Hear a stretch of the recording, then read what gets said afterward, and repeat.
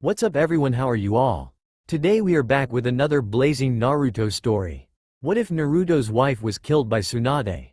If you enjoy then please like, share and do comments, and also check the description to original creator of this beautiful creation. 1 week had passed since the village hidden in the leaves had been decimated by a surprise attack launched by the Akatsuki leader, Pain.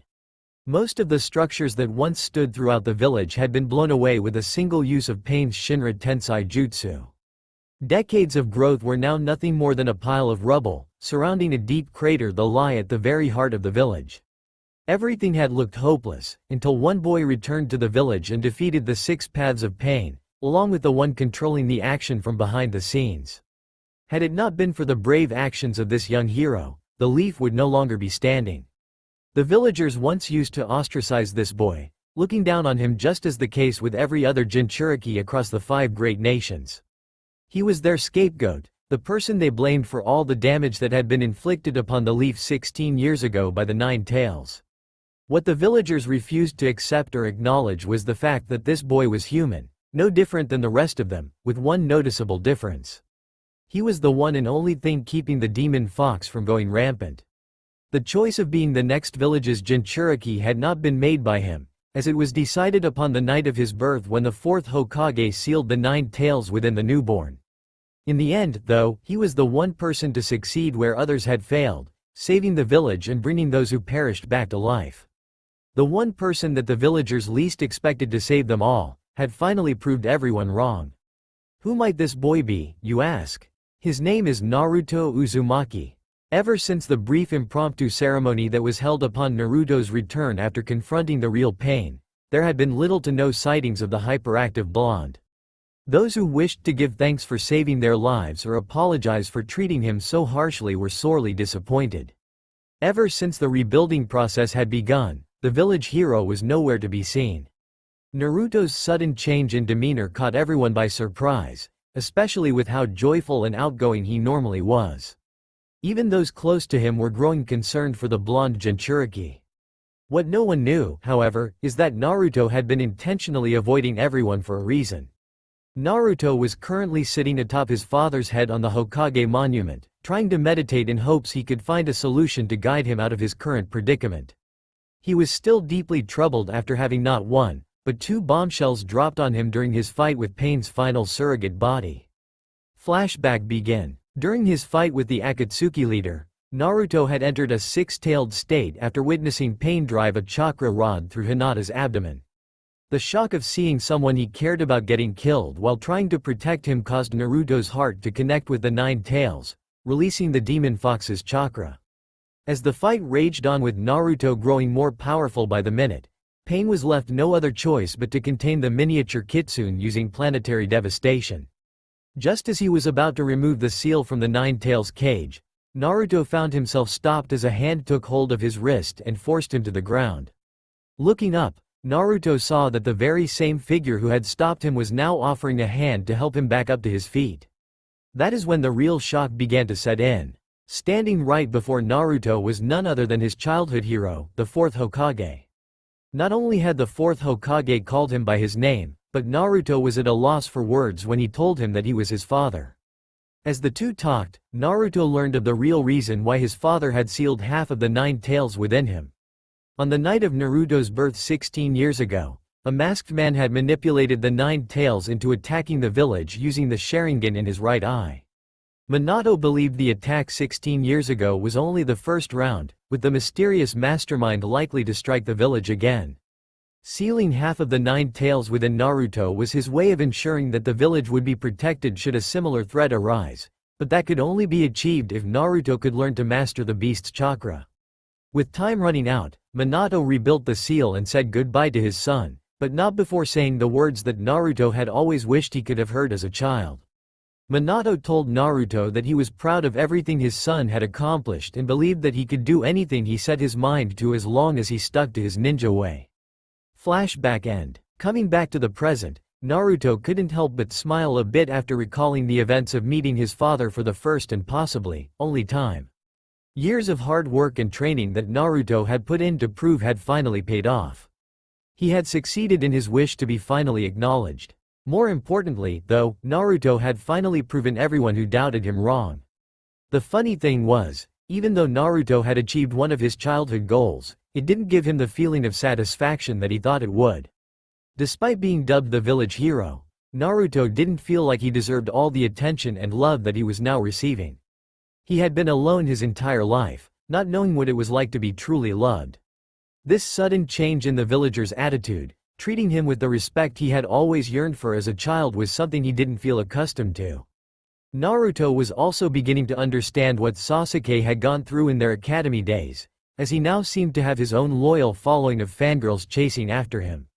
Though he thought the girls were cute, Naruto just let their sudden affections for him simmer on the back burner. Several of them had already made offers to treat him out to eat or asked if they could be his girlfriend. Somewhere in between the lines, however, all Naruto could hear them go on and on about was how grateful they were to him for saving the village. Naruto figured that was the reason he had not given a single one of them the light of day. These fangirls only seemed to start giving a damn about him after he had become popular. He wanted to be seen as the person he had always been, not someone with a fancy title such as Hero of the Leaf.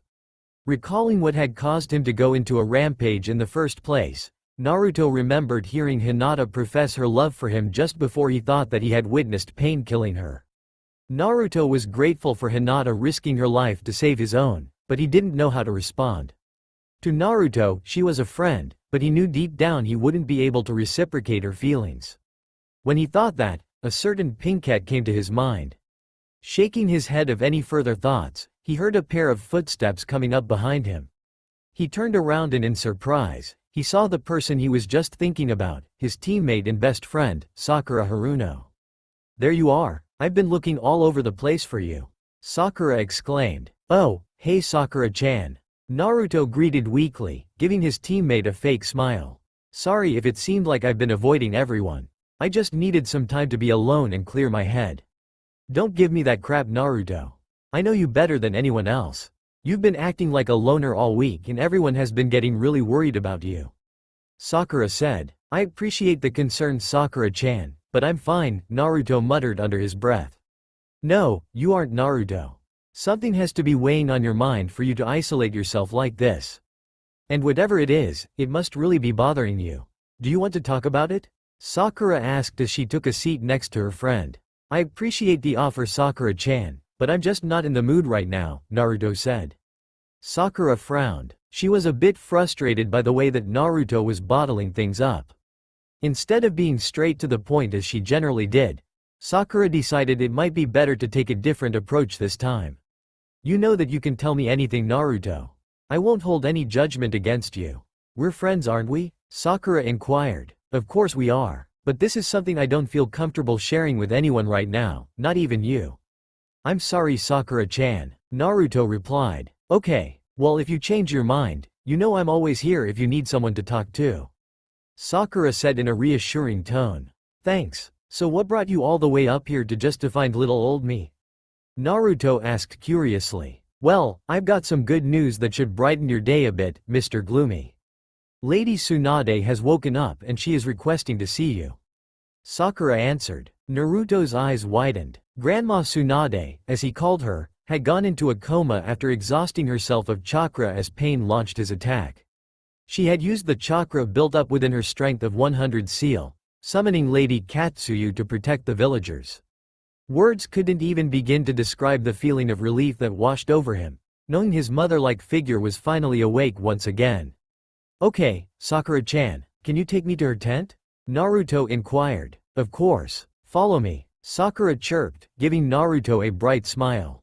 As they began to make their descent down the mountain, Naruto began running through what he was going to tell the busty Hokage. He remembered that Junin-sensei, Kakashi Hatake, telling him during his nature manipulation training that the fourth had been his sensei. Naruto figured if he was going to tell the old hag about what transpired during the fight, the masked pervert should probably be present as well. "Hold up, Sakura-chan. Before we go see Granny Tsunade, I think we better find Kakashi-sensei first. But Lady Tsunade requested your presence alone." Sakura began but was cut off as her teammate began to speak. "I know, Sakura, but there is something that I need to discuss with both of them." And before you ask, it cannot wait. Naruto emphasized. Though reluctant at first, Sakura finally gave her friend a nod in understanding as the two took off to find the copycat ninja. The fifth Hokage was currently residing in her medical tent, chowing down on a plate of food that Shizune had brought her to help recover her strength. Tsunade still felt extremely fatigued from using all of her chakra up just before pain leveled the village. As much as she wanted to get some rest, the busty Hokage knew it would be near impossible with a certain loudmouth blonde genin coming to see her anytime now. Letting out a deep sigh, Tsunade closed her eyelids and tried to get some shut-eye before that could happen. "Granny Tsunade," called out the voice of a young man. "Damn brat, can't he ever learn to shut up and stop yelling?" Tsunade thought to herself. As the flaps to her tent were pushed to either side, she saw her favorite hyperactive blonde coming barreling towards her and quickly found herself to be pulled in for a tight embrace. Sakura, Shizune, and Kakashi couldn't help but smile at the sudden affection that the blonde was showing for his mother-like figure. "Thank Kami you're okay, Granny," Naruto said. "It's nice to see you too, brat, but could you please ease up a bit? I just woke up a little while ago and am still somewhat exhausted." Tsunade said. "Oops, sorry, Granny," Naruto said while rubbing the back of his head sheepishly. "It's alright," Tsunade said, giving the younger blonde a brief smile as she turned her attention to look at her two students. "You may go, Sakura. The same goes for you, Shizune. I will call you again when I need you," Tsunade declared. "Yes, milady," her students responded, bowing before they exited the tent. After they were gone, Tsunade once again fixed her gaze on the blonde Jinchuriki. "Alright Naruto, so let's get down to business. The reason I requested your presence is because I want to know what happened during your fight with Pain after I had gone into a coma. But before you begin with your report, do you mind telling me why you dragged your sensei along when I had only requested to see alone?" Tsunade inquired. "I know, Granny, and I'm sorry, but part of my report will contain some very important information. The reason I brought Kakashi-sensei along is that I'm sure it's something he might be able to lend some more insight." Naruto relented. "Very well. You may begin whenever you're ready," Tsunade said. Naruto nodded, taking a deep breath as he began to recount the events of his fight with Pain to Tsunade and Kakashi. He deliberately had stopped at the point of what caused him to go into a six-tailed state because that was where the most important thing he had to discuss with the busty Hokage and his Junin sensei. When Naruto finished detailing what he had gone through after she had slipped into her coma, Tsunade was at a loss for words. She knew Naruto was strong, but she couldn't believe that he had single-handedly eliminated the 6 paths of pain all by himself. "You've come a long way, Naruto. Jiraiya and your parents would be so proud of you," she thought while a small smile formed at the corners of her mouth. Kakashi on the other hand already knew most of the important details thanks to Lady Katsuyu, so he didn't really bother paying too much attention to Naruto as he made his report to the 5th Hokage. The only thing Kakashi didn't understand though was how Naruto had managed to suppress the Nine Tails chakra. He hoped that whatever reason Naruto had for dragging him along to meet with Lady Tsunade would finally provide the missing pieces to solve the puzzle. "Well, that's quite the tale, Naruto, but I get the feeling this is the part where you want to talk about the important information you mentioned earlier. Would that be correct?" Tsunade inquired. "Yes. When I was pinned to the ground by Pain's chakra rods, Hinata came to my rescue. She tried to remove the rods, but was unable to loosen more than a couple of them before Pain engaged her in combat." Naruto began. "Go on," Tsunade said, motioning with her hand for Naruto to continue. Despite her best efforts to hold off the final Pain, she was no match for him. "I watched on in horror as he used his universal control jutsu to send Hinata crashing to the ground and quickly followed it up by driving one of his chakra rods through her abdomen.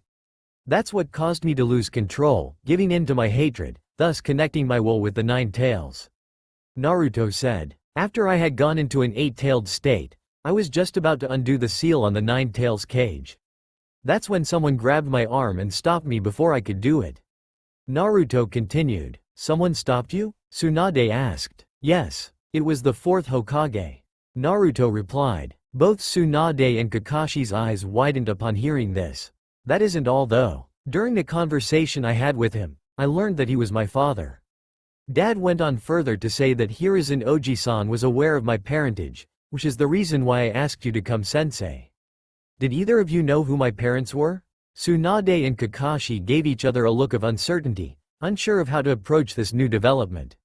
After a few moments of silence, the fifth Hokage figured that she should probably be the one to answer Naruto first, thus allowing Kakashi to chime in and help fill in the gaps when appropriate. We've both known who your parents were since the day you were born, Tsunade said. I've known of your parentage much longer than Lady Tsunade has. When your mother was pregnant with you, Sensei assigned me to be her personal Anbu bodyguard. It was my duty to watch over her from the shadows at all times and ensure no harm came to her. Kakashi stated. The copycat ninja and the busty Hokage sat there, watching as tears began to form in the corners of Naruto's eyes. Neither one of them was sure what to expect or how the young blonde might react, but they braced themselves for whatever might come their way. You knew. All of this time, you knew who my parents were and you didn't think once to tell me about them? Naruto shouted as the tears began to roll down his face. We're sorry for keeping you in the dark like this, Naruto.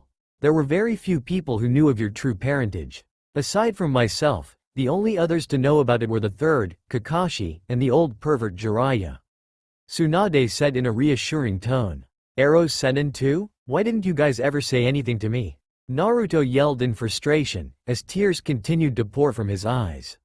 I understand that you've just had your whole world turned upside down, Naruto, but the third chose to keep the identity of your father a top secret.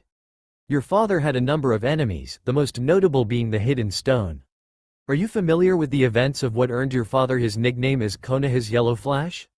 Kakashi asked. Yes, if I remember correctly, Iruka-sensei told us in the academy that the Tsuchikage had sent 1,000 of his troops to invade Fire Country. He went on further to explain that my father had single-handedly wiped them out. Naruto answered. That's right, Naruto. This is why your parents were married in secret, not to mention why you were given your mother's last name after their deaths during the Nine Tails attack. The third wanted to avoid any potential future conflicts with the old fence-sitter. Kakashi stated. Can you tell me anything about my mom? You know what she was like? Naruto asked. I would be happy to, Naruto, but that is a conversation for another time, Kakashi replied, giving his student an eye smile. Agreed. Now the old perv asked me to give this to you in the event he didn't return. Tsunade said as she took out a scroll from a drawer in her makeshift desk and handed it to Naruto. The third was supposed to wait until you were either a Junin or turned 18. Considering the circumstances have changed, however, I think you should read it whenever you feel ready. She explained. Thank you. I'm sorry for my outburst from before, but this is just so much to take in and I don't know what to do. Naruto said, wiping the few remaining tears from his eyes. It's all right, Naruto. I would have done the very same thing had I been in your position, receiving such life-altering news in the manner like you just did. Kakashi consoled, placing a hand on his student's shoulder while giving him a trademark eye smile. I'm sure your parents would both be very proud of you, Naruto. Moving on though, it seems we owe you a great debt once again, Naruto. Had you not shown up when you did, pain probably would have wiped this village off the map permanently. Tsunade reassured. The tender moment was quickly brought to an abrupt end as the flaps of the tent were pushed aside once again to reveal a panting Shizune. I thought I told you that you were dismissed, Shizune. Tsunade boomed. Sorry for the interruption, Lady Tsunade, but we have a major problem. Shizune managed to get out, still panting while trying to ease her breathing. What do you mean? Tsunade inquired. The council called for an emergency meeting while you were still in a coma. They were trying to find a successor to take your place as the sixth Hokage. The daimyo himself was present with his advisors and selected Danzo as his candidate of choice. Shizune started nervously. What? Tsunade screamed. How dare those old geezers to try to replace me while I was in a coma? I'm sorry, milady, Shizune whispered, desperately trying to avoid upsetting her master any further.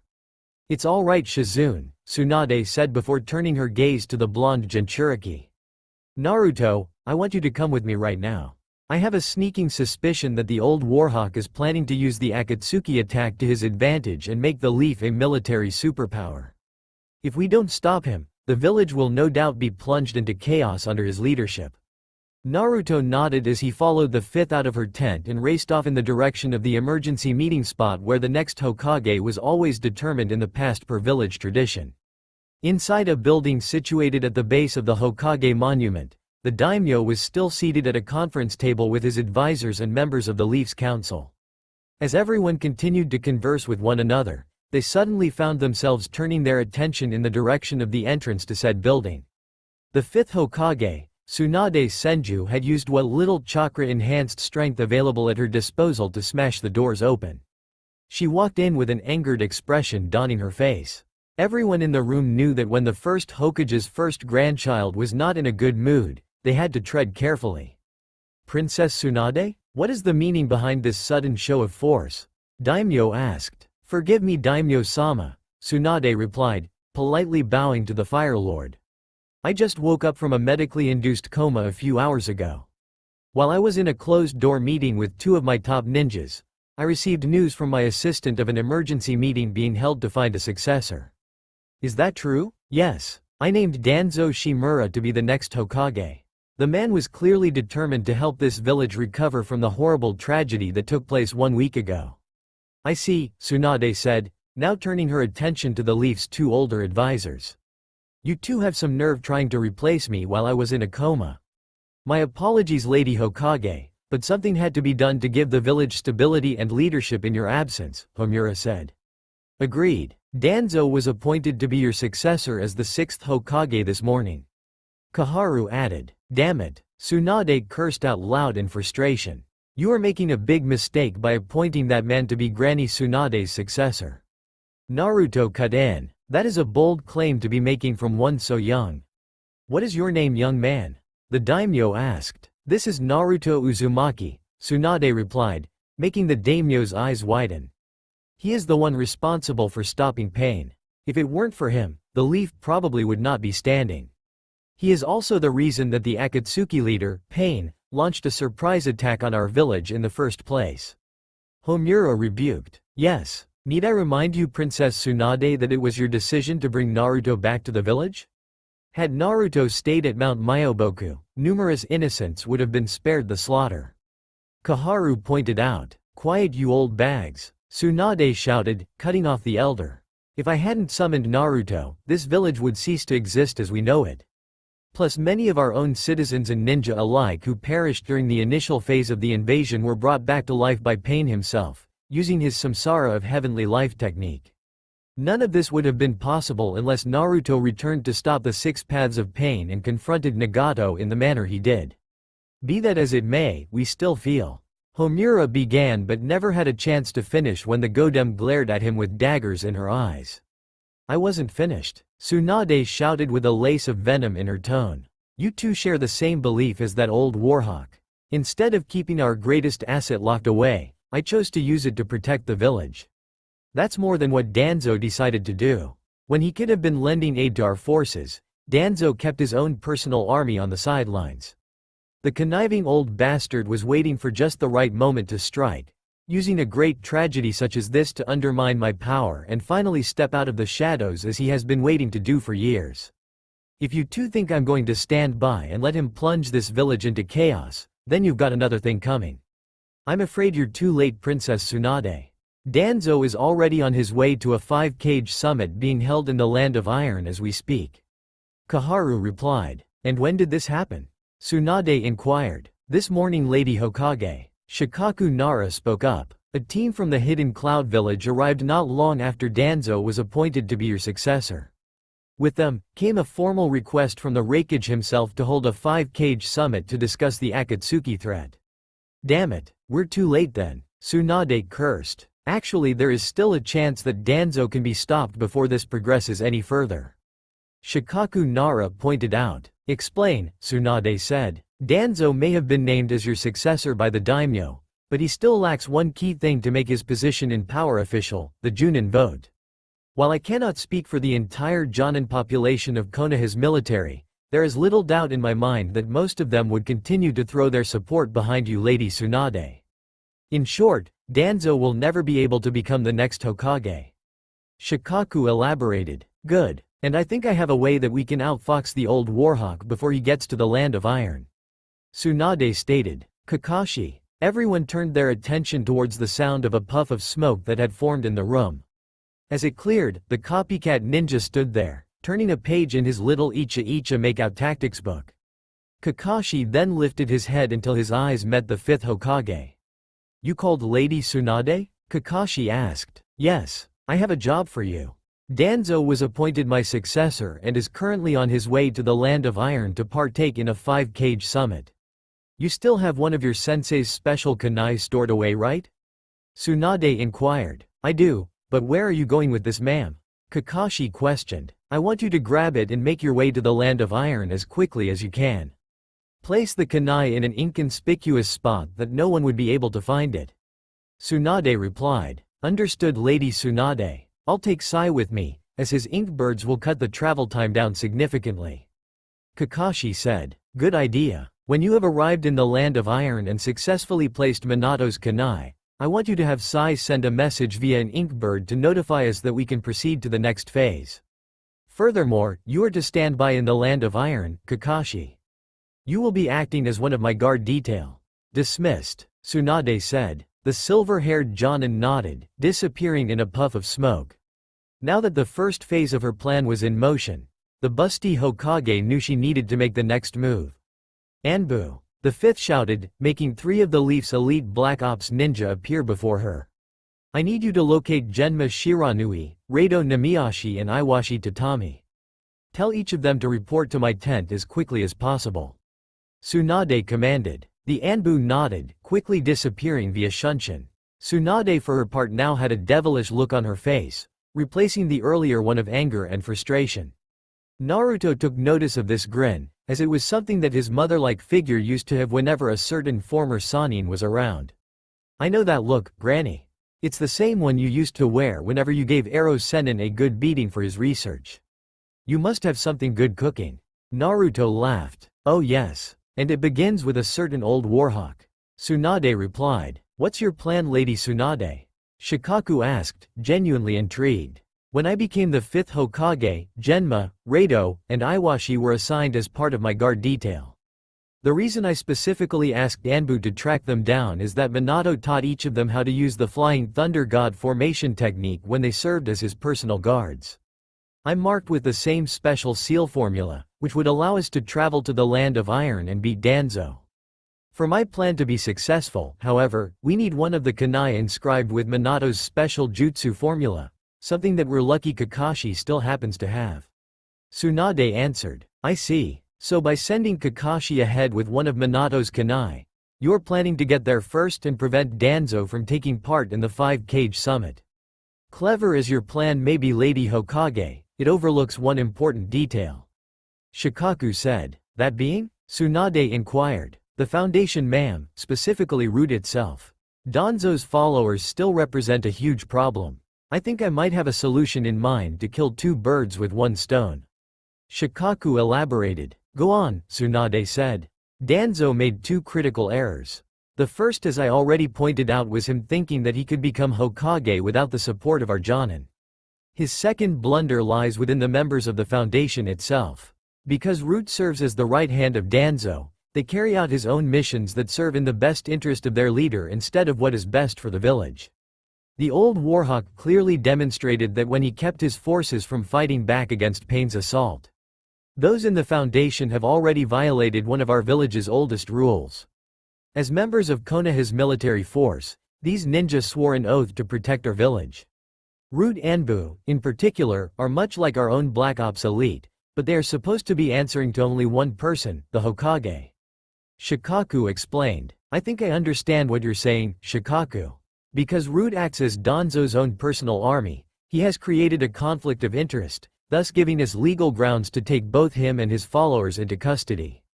Tsunade continued. Precisely, Shikaku said. Tsunade nodded, turning her attention now to the Fire Lord himself. Do I have your permission, Daimyo-sama, to execute the plan that has just been discussed with my Jonin commander? Tsunade asked. If what you say about Danzo Shimura is true, then you have my full support. I will have a member of my staff send a dispatch to Lord Mifune immediately to let him know of the change and that Danzo is to be denied entry to the summit. The daimyo responded. Thank you, Daimyo-sama, Tsunade said, giving the Fire Lord a respectful bow before fixing her gaze upon Konoha's Jonin commander once again. Shikaku, I want you to coordinate with Yamato and begin drawing up plans for an assault on what remains of the Foundation. His time serving under Danzo will provide invaluable intelligence. Tsunade commanded. Understood, Lady Tsunade. I will get to work on the details at once. Shikaku said, promptly exiting the building to seek out Yamato's help. Finally, the fifth Hokage turned to Naruto. She hated the fact that she once again was having to ask something of Naruto when he had already done so much. Alright, Naruto, I know you are still dealing with a lot on your plate right now, but I have an urgent mission for you. Tsunade began. You can count on me, Granny, Naruto said. Good. I need you to find Shikamaru and depart for the sand at once. Considering that Gaara is likely already en route to the Land of Iron, I will send a messenger bird ahead to request an audience with Baki.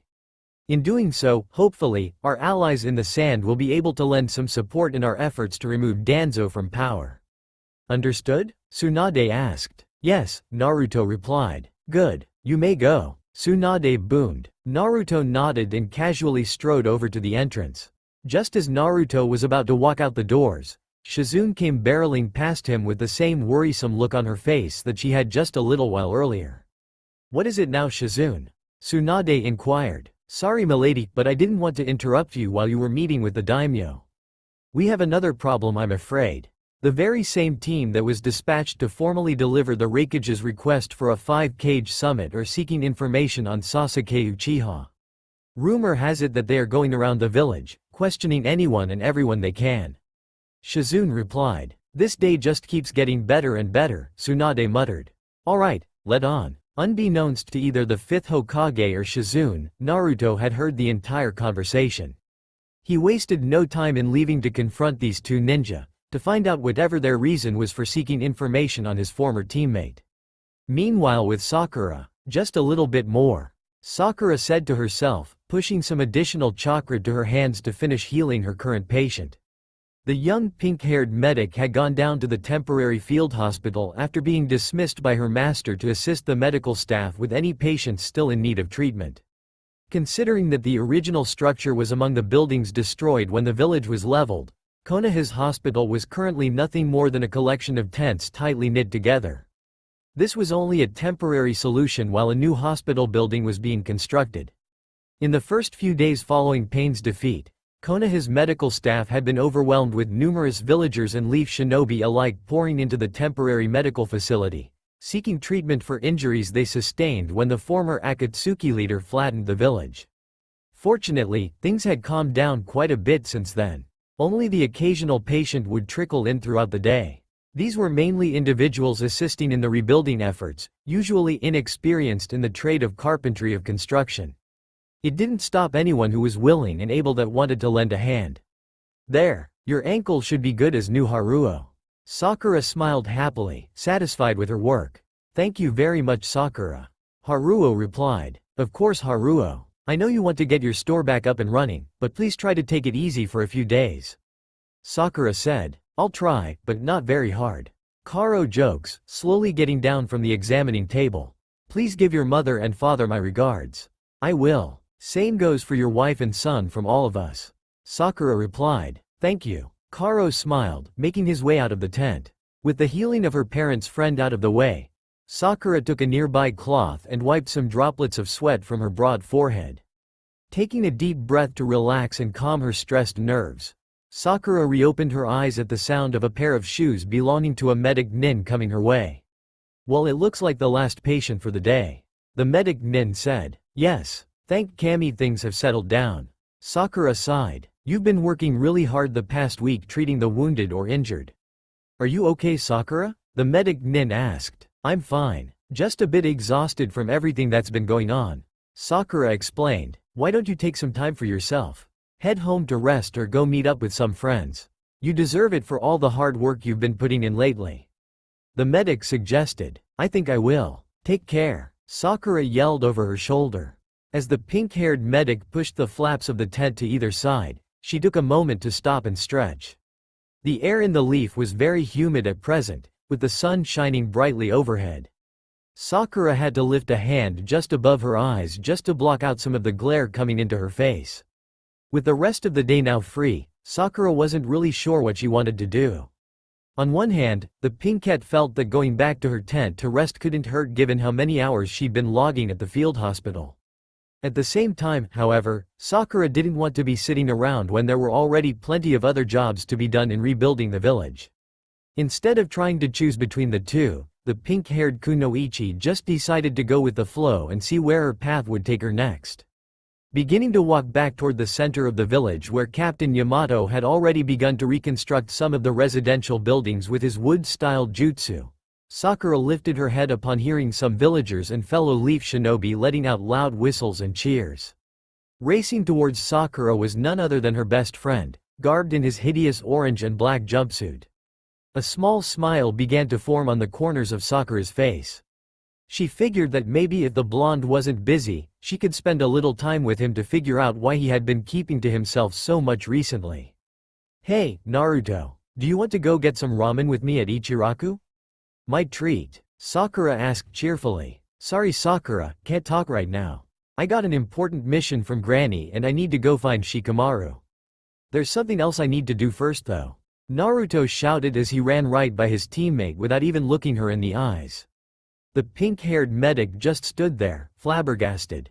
Normally her best friend would have jumped at the chance to get ramen with her. Just a second ago, however, the hyperactive blonde tore right past her, barely acknowledging her existence. What struck Sakura as even more out of the ordinary was the fact that he didn't address her by his nickname. There was only one instance in which Naruto didn't add the suffix, that being whenever something serious was happening. While Sakura was known to frequently berate and hit Naruto, she did genuinely care about his well-being. The blonde-haired Jinchuriki was like a brother to her, at least that's what she would like to tell herself, but she truly doesn't know what her feelings are towards Naruto. His sudden change in attitude and behavior was really starting to get on her nerves. That is weird. He didn't even call me Sakura-chan like he usually does. Naruto is definitely not acting like the same cheerful goofball that I'm normally accustomed to. I'm gonna follow that idiot to see what's so important. Maybe it will give me some answers as to what's going through that thick-headed skull of his. Sakura thought, taking off in pursuit of the blonde Jinchuriki. In another part of the village near one of Konoha's small streams, Karui and Omoi were walking along the riverbank, continuing their search for information on the Uchiha member that had attacked their master within Hidden Cloud's own borders. This is such a load of bullshit. We've talked with dozens of people by now, only to get the same answer. None of them know what became of Sasuke after he defected from the Leaf. Karui muttered in frustration. Perhaps we should give up the search and try to find Kamui. Chasing information on this rogue Uchiha is like looking for a needle in a haystack. Spending any more time in this village is pointless. Omoi rationalized. Oh shut it Omoi. Don't you want to find who's responsible for attacking B-sama? Karui fired back, her temper clearly beginning to flare. Omoi quickly raised his hands, waving them in defense to dissuade his teammate from lashing out. Of course I do. There are better ways to go about doing it, however. You really are a pansy Omoi. I should tell the Raikage to reprimand you when we get back to the Hidden Cloud. Karui teased. So you guys must be the two ninja from Hidden Cloud Village that I've been hearing so much about. Naruto said whilst leaning with his back against a nearby fence. Maybe. What's it to you? Karui asked. Well for starters, there's been a rumor circulating that two cloud ninja have been going around, asking villagers and leaf shinobi alike for any information they might have on Sasuke Uchiha. And judging by what I just overheard one of you guys say, I'm guessing you two must be it. Now, why are you two so interested in him? Naruto inquired. You answer my question first. Karui spat. Naruto let out a deep sigh before reluctantly replying. He was my former teammate. There, I've answered your question. Now could you please tell me why you are looking for information on Sasuke? That bastard was part of a four-man team, wearing a black robe with red and white clouds on it. He infiltrated Hidden Cloud, attempting to capture our master, the Jinchuriki of the Eight Tails. Karui explained. Do you think it's wise to run your mouth Karui, telling this leaf shinobi who we don't even know about top-secret information? Omoi said. Oh shut it Omoi. Karui barked. If this guy is Sasuke's former teammate, then surely he must have some intel on the rogue ninja's activities after he defected from the Leaf. I could really use some earplugs right about now. Naruto remarked, causing an already seething Karui to glare at him with a killing intent in her eyes. It would be in your best interest as well to keep quiet and avoid making any other snarky remarks. Tell us what we want to know right now or you'll regret it. Karui shouted angrily. You might want to do as the lady says, Leaf Ninja. My teammate here is known to have a real short fuse when her temper explodes. Being on her bad side is not a pleasant experience. Omoi added. Naruto stood there motionless, not saying a word. While it may not have outwardly appeared like he was thinking of anything, the blonde-haired Jinchuriki was trying to rationalize what he would do about the rogue Uchiha. On one hand, Naruto still wanted to bring Sasuke back to the Leaf, so he could keep his promise to Sakura and make Team 7 whole again. At the same time however, pursuing Sasuke had caused Naruto nothing but grief, putting his own life on the line more than once. In addition, Naruto had to remember what his father had told him.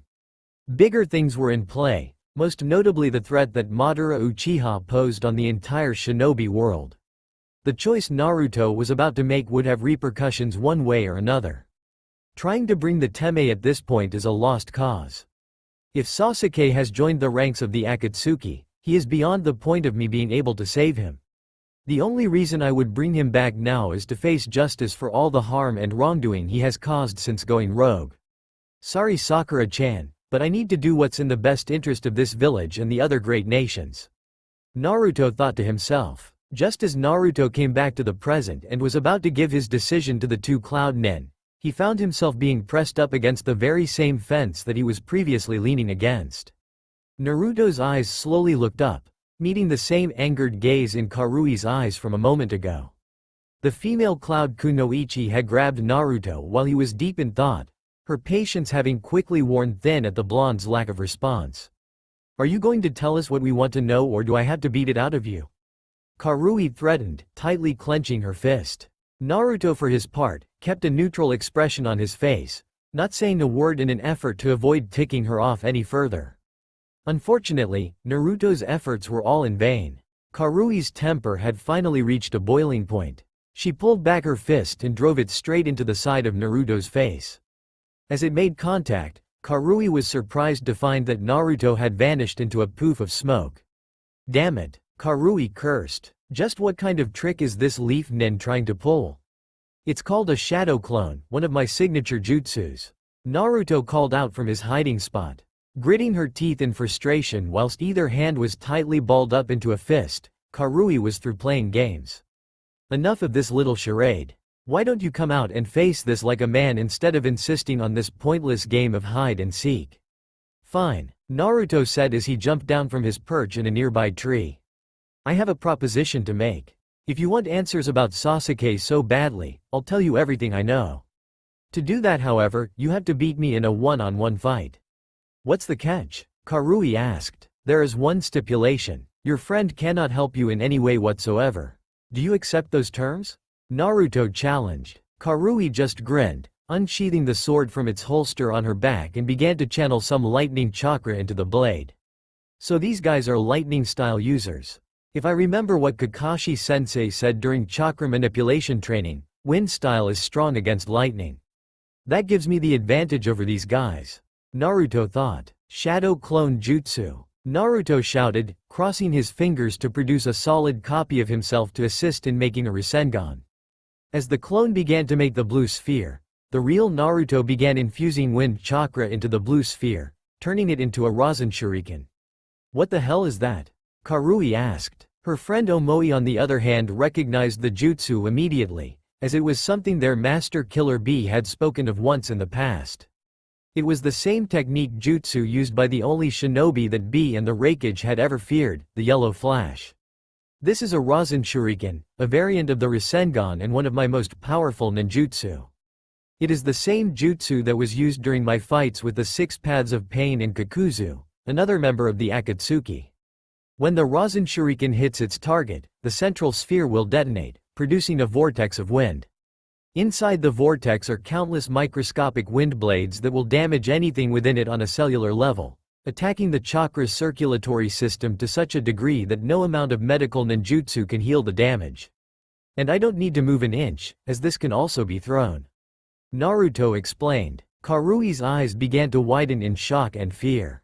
Omoi on the other hand knew that he had to step in and tell his friend to back off before she did something reckless that might cost the Cloud Kunoichi her life.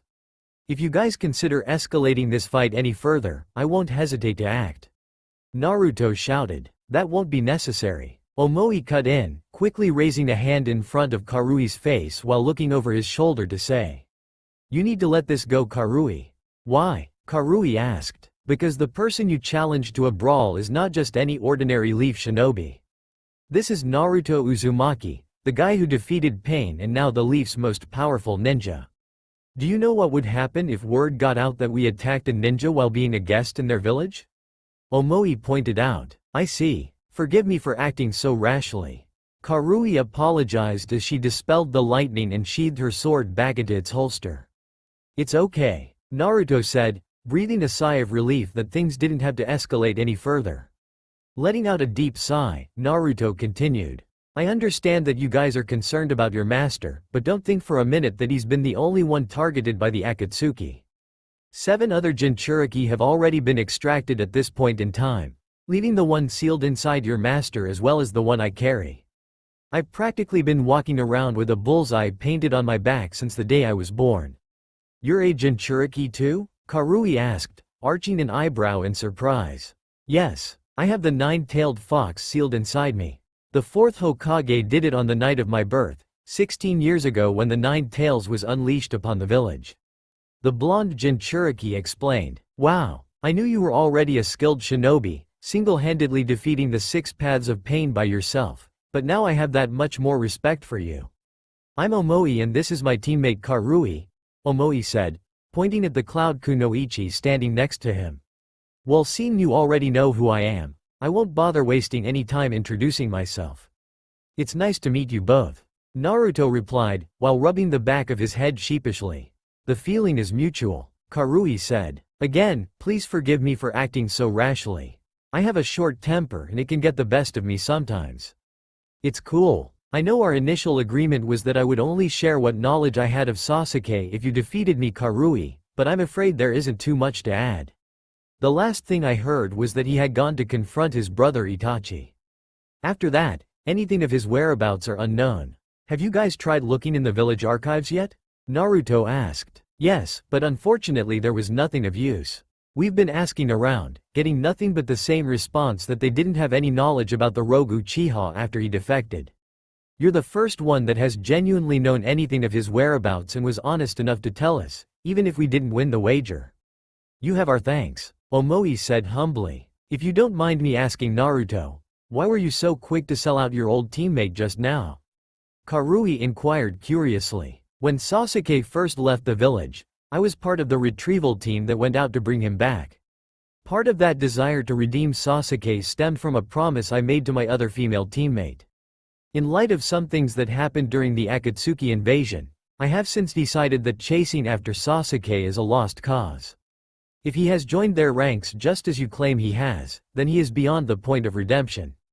If I may make one request of you guys, it's that you leave the responsibility of dealing with Sasuke to the Leaf. It is the Leaf's fault that the last of the Uchiha left to join Orochimaru and therefore should be captured by our shinobi to be brought back to face justice for the crimes he committed. Naruto said. Very well, we will not pursue the matter any further. Convincing the Raikage on the other hand to do that won't be an easy task. Karui said. Thank you. I may not be in a position of power as the Hokage, but you have my word that I will do anything to help you guys find your master. Naruto replied, extending his hand to shake with that of Karui and Omoi, both of whom returned the gesture. Best of luck to you, Naruto, wherever your path may take you. Omoi said. Naruto watched as the two left, glad that he was able to defuse the potentially conflicting situation without any additional bloodshed. The blonde Jinchuriki was pulled out of his stupor when he heard some leaves rustling from a nearby bush. His pink-haired teammate, Sakura, stumbled out from behind the foliage, tears streaming down her face. Naruto, Sakura whispered, why couldn't you just be honest with me? What are you talking about? Naruto asked while trying to deflect. Please don't lie to me, Naruto. I heard everything. Why do you keep pursuing Sasuke if that promise I asked you to make 3 years ago has caused you nothing but grief and hardship? The pinkette relented. I did it because I wanted to see you be happy again. If bringing that bastard back was the one thing that could accomplish such a feat, then all the pain and hardship would have been worth it. Naruto replied, "Why would you do all of this just to make me happy?" Sakura asked, "I made that stupid promise for the same reason that I have always done everything else." "Honestly, Sakura, how can you be so ignorant?" Naruto shouted. The pinkhead didn't say a word, standing there with a confused look on her face. "I did it because I love you," Naruto yelled, with tears of his own beginning to trickle down his face. He paused for a moment to mull what he just said to the pink-haired medic before setting out to correct himself. Sakura lifted her head in shock. She knew that Naruto always had a crush on her since their early days at the academy, but she didn't think he cared about her this deeply. "I'm sorry, Naruto. I never knew you felt so strongly for me that way," Sakura said in between sobs. "Oh, don't give me that bullshit, Sakura. You know I've always had a thing for you since we were kids at the academy.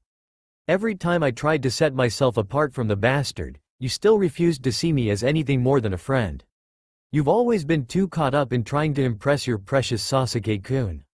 "Enough is enough," Naruto shouted. "If you want Sasuke back so badly, just do it yourself, Sakura. I have spent too much of my time worrying about making someone else happy while putting myself through hell in the process. And for what? Only to have the girl I always hoped you would one day give me a chance to prove how much love and compassion I had to offer, only to toss me aside like I was just another meaningless piece of trash." Naruto said, "You know that's not true, Naruto. You are my friend, my best friend. Doesn't that mean anything to you?"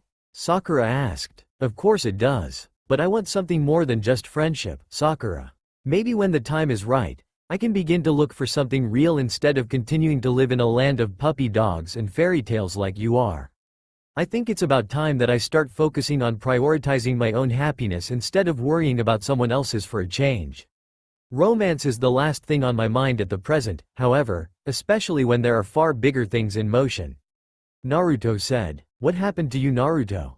Because this isn't the same person that I have come to know as my friend and teammate." Sakura croaked, "Let's just say that I learned some things during my fight with pain that turned my world upside down. These revelations are what has made me question everything about myself that I once believed to be true. Values, dreams, work ethic, you name it. Why do you think I have been spending so much time alone? I have been spending time alone, trying to reevaluate my life in hopes that I could figure out what my purpose is in this world." Naruto explained. "I'll see you later, Sakura," Naruto said flatly as he walked away, leaving his pink-haired teammate to continue sobbing. "Oh, and one more thing. You have such a large and charming forehead. It once made me want to kiss it," Naruto said. Sakura collapsed to the ground on her hands and knees. Tear droplets fell from her eyes in perfect symphony as a light and gentle rain began to pour down upon the streets of Konoha. Remaining still and motionless as the drops of water continued to hit her soaked clothing and skin, Sakura didn't know what to do. Her world had just come crashing down. Naruto had just crushed her childhood dream in a matter of seconds just by those words.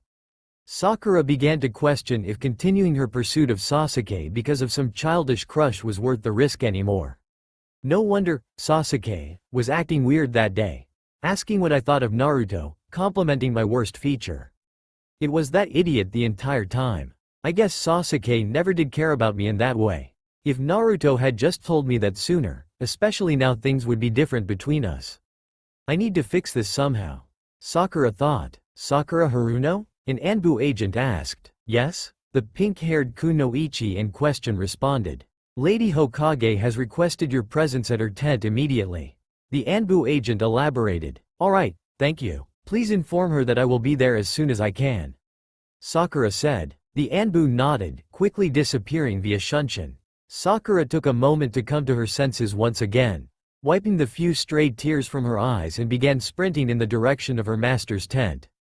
All the while, the pinkette was also beginning to question what her feelings for Sasuke really were. Sakura thought she stood a chance of earning his affections when he complimented her forehead. Now that she knew the truth about the whole thing, Sakura couldn't honestly say if she still felt the same way about the Rogue Uchiha anymore, instead started to wonder what her feelings for her blonde friend were. Either way, the seeds of doubt were already planted and Sakura would soon be forced to confront her feelings for the Rogue Uchiha head-on. "Boss, Team Samui is closing in on our position," she said. Alright, let's descend. How did the mission go? I asked. The formal invitation was delivered to the Leaf's Hokage as you requested, Lord Raikage, Samui reported. What did Tsunade have to say about it? I said. She isn't the Hokage anymore. From what I was told, she went into a coma just after pain flattened the village. A man by the name of Danzo Shimura was appointed to be the Rokudame by the Fire Lord. Samui said. TCH. I scoffed, that woman never was fit to become Hokage. Not with her gambling and drinking habits. Moving on to the other assignment I gave you. What of my brother's assailants? Did you manage to ascertain any information on Sasuke Uchiha? There was a slight complication with that. I will let Omoi and Karui fill you in on the details. Samui replied. Watching as the Raikage turned his gaze upon them, Omoi and Karui gave each other a nervous look. Neither one of them knew how they were going to explain to Ai that they had agreed to allow the Leaf to apprehend Sasuke and punish him for his crimes. Do you want to be the one to tell him or should I? Omoi began nervously. I don't think it really matters. We both would have had to face the music at some point. Might as well do it now. Karui replied. Tell me what? If one of you has something to say, then out with it already? I spat impatiently. Omoi, stop being such a coward. Karui scolded, smacking her teammate upside the head. Ow, damn it, Karui, must you be such a hothead all the time?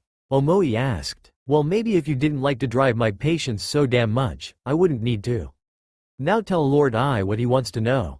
Karui snapped. Fine, Omoi grumbled. After delivering the formal invitation to the Leaf's Hokage as you requested, we went around the village asking everyone we could if they had any information about Sasuke Uchiha, only to get the same unanimous answer. No one had any information on what he's been doing since going rogue. That was, until we met one of his former teammates. Go on, I said. Well, you see Lord Ai, even Sasuke's former teammate was in the dark about his recent activities. He went on further to explain that any information about Sasuke's location became a mystery to the Leaf after he defeated his brother Itachi. Before we were about to go our own ways, this guy made a request. Omoi said. And what was this request? I said. He asked that we drop the matter and allow the Leaf to handle Sasuke, Omoi said. What? Just who does the Leaf shinobi think they are? I roared. His name was Naruto Uzumaki. The same guy that defeated Pain. Karui interjected. That isn't all. I think he might be related to the Yellow Flash. Omoi added. The Yellow Flash, huh? What does this Naruto look like? I questioned. Well, let's see. He's got blue eyes and the same untamed yellow spiky hair. Aside from the striking resemblance, Naruto also knows the Rasengan. But that is just the tip of the iceberg. Unlike the fourth Hokage, Naruto has actually managed to perfect it. He figured out how to infuse wind release into the Rasengan. Had I not intervened, Karui probably wouldn't still be standing. Omoi said. What are we going to do, boss? C asked. I will talk to the Leaf's new Hokage at the summit. My decision will be made once I've heard what this Danzo character has to say. I said. Understood. But what about your brother? C asked. Samui, I want you to take Omoi and Karui. Form a tracking unit and go locate my fool of a younger brother. I said. Understood, sir. Let's go, you two. Samui said, as Omoi, Karui turned to leave the Raikage to himself and to go find his younger brother. Little brother, I hope you're okay. You need to stop wandering around all by yourself even if you have full power over your tailed beast. I thought to himself, and proceeded with his protection squad to the 5-cage summit. Meanwhile with Naruto, where the heck is that lazy bum? Naruto muttered under his breath to no one in particular. After an emotional exchange with Sakura, in which he had finally revealed his feelings for the pink-haired medic, Naruto had quickly gone off in search of the lazy Nara. Hey, Shikamaru, Naruto called out to his friend, getting the pineapple-headed shinobi to stop in his tracks. Oh, hey Naruto. Where the heck have you been? Everyone's been trying to find you, but it seems like you're intentionally avoiding everyone. Shikamaru said. That's because I was. Look, as much as I would like to stop and chat, we're kind of on the clock right now. Naruto said. We? Shikamaru arched an eyebrow. Yes, you and I have a mission from Granny Tsunade. She wants the two of us to travel to Suna to meet with Baki and request reinforcements for an upcoming strike she has planned to dissolve the remaining parts of Danzo's foundation. Naruto explained. Whoa, slow down a sec there Naruto. Lady Tsunade finally woke up from her coma? Shikamaru asked. Yes, Naruto said. And let me see if I'm getting this right. She found out that Danzo was appointed to be the 6th Hokage, causing Lady Tsunade to lose her temper and barge into a private meeting with the daimyo. Shikamaru said. Bingo. Now I don't know if you have anything you need to go and pack, so I'll meet you at the gate in 15 minutes, sounds good? Naruto said. Why bother? All my belongings were destroyed when pain flattened the village. Besides, I got the one thing that matters most right here. Shikamaru said as he pulled out Asuma's old lighter. Well, let's get a move on then, Naruto said. Troublesome, Shikamaru muttered. As they were about to depart, an Anbu shinobi appeared right in front of them. Naruto Uzumaki, Lady Hokage has requested your presence at her tent before you depart. The Anbu agent said. Seriously, she just saw me. Shika, I'll meet you at the gate in a few minutes. Naruto said, and started retracing his steps back to Tsunade's tent. After a few minutes of walking, an Anbu agent let Naruto enter the tent. What now, Granny? Shikamaru and I were just about to leave. Naruto said. Naruto, I know and I'm sorry for asking you this, but can you leave me a messenger toad? I need to send a letter to Fukasaku. I need his help with something. Tsunade said. Naruto looked at Tsunade with an eyebrow raised and then bit his thumb, summoning jutsu. A small red toad with blue triangle markings on his face showed up. Yo, Naruto. What's up? The small toad said. Hey, Kosuke. Granny here needs to send a message to Pa. When she's done writing the message, can you deliver it to him for me? Naruto inquired. Sure thing, Naruto. I'll wait for her to be done and head right out. Kosuke said. Alright. Thank you, Kosuke. If that's everything, Granny, then I'm gonna head out now. Naruto said, waving goodbye, and took his leave once more. Tsunade took out a small scroll and started writing. Dear Fukasaku, there's been a change in Naruto, and I need your help with the subject at hand. I would be lying to myself if I said that I didn't feel lost right now without Jiraiya. He would have known what was best for his godson. Now that he's gone, however, I just don't know what to do. Naruto was like the child I never had, and I guess for Jiraiya too. I wish I could have changed things with Jiraiya. I wish I had a chance to tell him how much I loved him. Anyways, I leave in the next day or so to beat Danzo to the Cage Summit. From Tsunade Senju. She finished writing the message in the scroll and rolled it up. Tsunade handed the scroll to Kosuke and said, Thank you for doing this, Kosuke. No worries, Lady Tsunade. I'll make sure he reads it immediately. Kosuke replied and disappeared in a puff of smoke. After Kosuke left, Tsunade knew her apprentice, Sakura, would be showing up anytime now. So she took a bottle of sake out and took a quick sip in hopes that it would help calm her nerves a bit. Across town with Sakura, the young pink-haired medic was currently on her way back to her master's tent. All the while, Sakura couldn't stop thinking about the new revelation with regards to the events of that day. She sat on the bench after team placements. Sakura had always been one of the last holdouts still clinging onto hope that Sasuke could be redeemed and brought back to the village. When Naruto revealed that it was him impersonating Sasuke the entire time, Sakura now understood why the rogue Uchiha had never reciprocated her feelings after that incident. The Pinkette now realized that she never did have a chance with Sasuke. At the same time, Sakura had continuously crushed Naruto's hopes of taking her out on a date over the years too. The once hyperactive blonde had now made it very clear that he was in love with her, and she now found herself wondering just where her feelings for her teammate truly lied. Just like Naruto, Sakura's own love life had been turned upside down.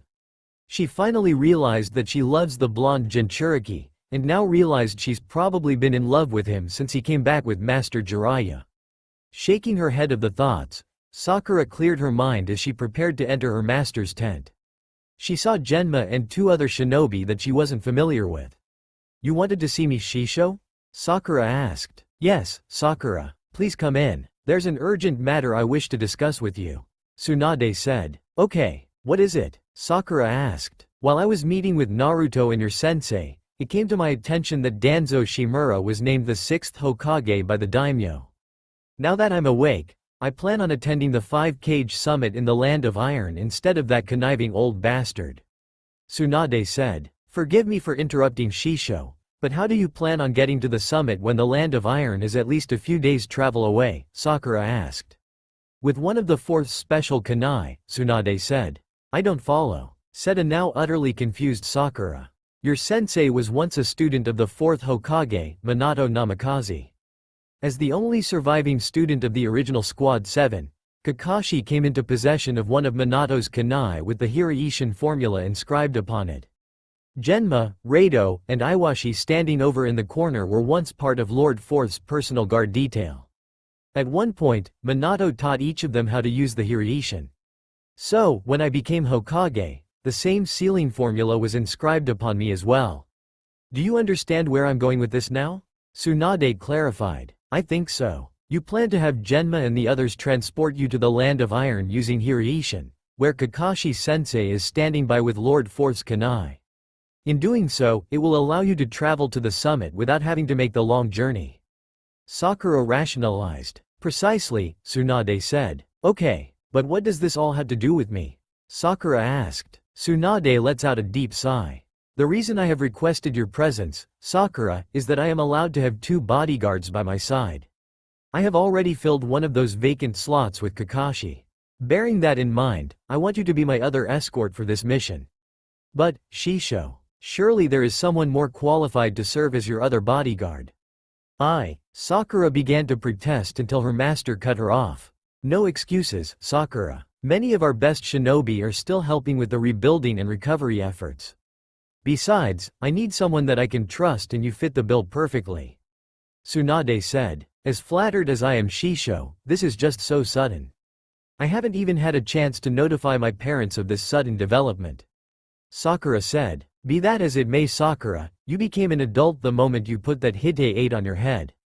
That means what your mother and father think is irrelevant at the moment, especially when this is an important diplomatic mission. Do I make myself clear? Tsunade emphasized. Yes, Sakura replied, letting out a deep sigh. Tsunade could tell something was bothering her pupil. Sakura, what's wrong? I can tell something is bothering you. Sakura, being surprised, responded quickly. Nothing is bothering me, Shisho. Sakura, you're just as bad of a liar as Naruto, Tsunade said, seeing Sakura flinch at Naruto's name. Is it about our lovable blonde idiot? Sakura only nodded to her question. So what happened with you and Naruto? Tsunade inquired. I overheard Naruto talking to the Cloud Shinobi about Sasuke, and Naruto determined after finding out Sasuke has joined the Akatsuki, that Sasuke is a lost cause. Sakura said. So Sasuke has joined the Akatsuki, huh? Well, it would make sense if Naruto finally gave up on that bastard, Tsunade said. But Sakura got interrupted by Tsunade. You're still pining after a man who has clearly shown that he has zero interest in you whatsoever. I would have thought that you of all people, Sakura, would be smart enough to learn from the mistakes I made, especially when it came to Jiraiya. Tsunade said. Sakura just looked at her teacher in shock. Sakura, he joined the Akatsuki, the same group that is going after Naruto. He doesn't care about you or anyone else. Do you want to see Naruto die? Because I can tell you I sure as hell don't want to see the boy who is like a son to me die. Tsunade said. Sakura just stared at her master blankly, unsure of what to say next. On one hand, Sakura knew that her master was right. If Sasuke had joined the ranks of the Akatsuki, then that meant Naruto was almost certainly a target. Then, on the other hand, Sakura wasn't fully ready to embrace the fact that Sasuke had sunk so low, past the point of redemption. She was just being stubborn. And just as she felt after Naruto yelled at her, Sakura. She would never admit it, but she was falling for the blonde idiot. The only issue is whenever Sasuke is brought up she falls back into a fangirl. She still hoped inside that she could save Sasuke from his darkness and show him how much she truly loves him. She always remembers seeing Naruto's dejected face whenever she goes back to that weak child form of hers. The toughest is going to be how she'll react to seeing Sasuke again. Will she be able to fight him or be a weak fangirl? Look, Sakura, I'm done talking about this. I can tell you're trying your best to believe in a fairy tale where Sasuke comes back and you two get married, but I'm telling you this now. If you let your love for Sasuke become the reason why Naruto might die, I'm letting you know now that I will kill anyone who is responsible for it. Sakura looked at her master in shock and could tell she wasn't lying. She knows now when the time comes, she's going to have to choose either Naruto or Sasuke. And right now she's scared she might mess up. Sakura nodded to Tsunade to let her know she understood. Good. Now, as soon as I receive the message from Kakashi that the kunai is in place, we will depart for the summit. That's going to be a day or two from now, so pack whatever you need, Sakura. If you can make some of those soldier pills you made for Naruto, I'm sure Kakashi and Sai will be exhausted. Tsunade stated, watching Sakura bow and leave. A few hours later, Tsunade was taking a small nap at her desk when there was poof in front of her that startled her awake. Hello, Tsunade girl, I was told you'd like to speak with me? Fukasaku said. Yes, Fukasaku. Thank you for taking the time to come see me. It's about Naruto, Tsunade said. What about Naruto boy? Fukasaku asked. He's changing, Fukasaku. And I can't tell if it's a bad change or not. If Jiraiya was here, we could discuss what to do about it, but I think part of this change has to do with him dying. Tsunade said. Well, Tsunade, that makes sense for him to change. He lost the father figure in his life, and one of the only people who was technically family. Besides you, of course. Now, the other thing is, he finally got a small taste of what it would be like for there to be a war. Although he came after the destruction, he did see what pain did. Everyone needs to understand that it would change the boy. Fukasaku said. You're right, Fukasaku. But I'm scared this change can bring him down the path of darkness and let the Nine Tails take over. Tsunade said with a sad look on her face. Tsunade, you need to realize that although there is a change in Naruto boy, he'll never let the Nine Tails out and hurt his precious people. These things that are happening are maturing the boy, and making him see the world without rose-colored glasses. Fukasaku said. Just remember, Tsunade girl, that you aren't alone. Jiraiya boy will always look after you no matter what, even if he is dead, Fukasaku said. If you only knew Tsunade, but the time isn't right, Fukasaku said. I miss him so much, Fukasaku. I wish I could have told him how much I loved him. Tsunade said, blushing. Well, the way this world is going, you never know what could happen. Now I must take my leave in case Naruto boy needs Ma and I.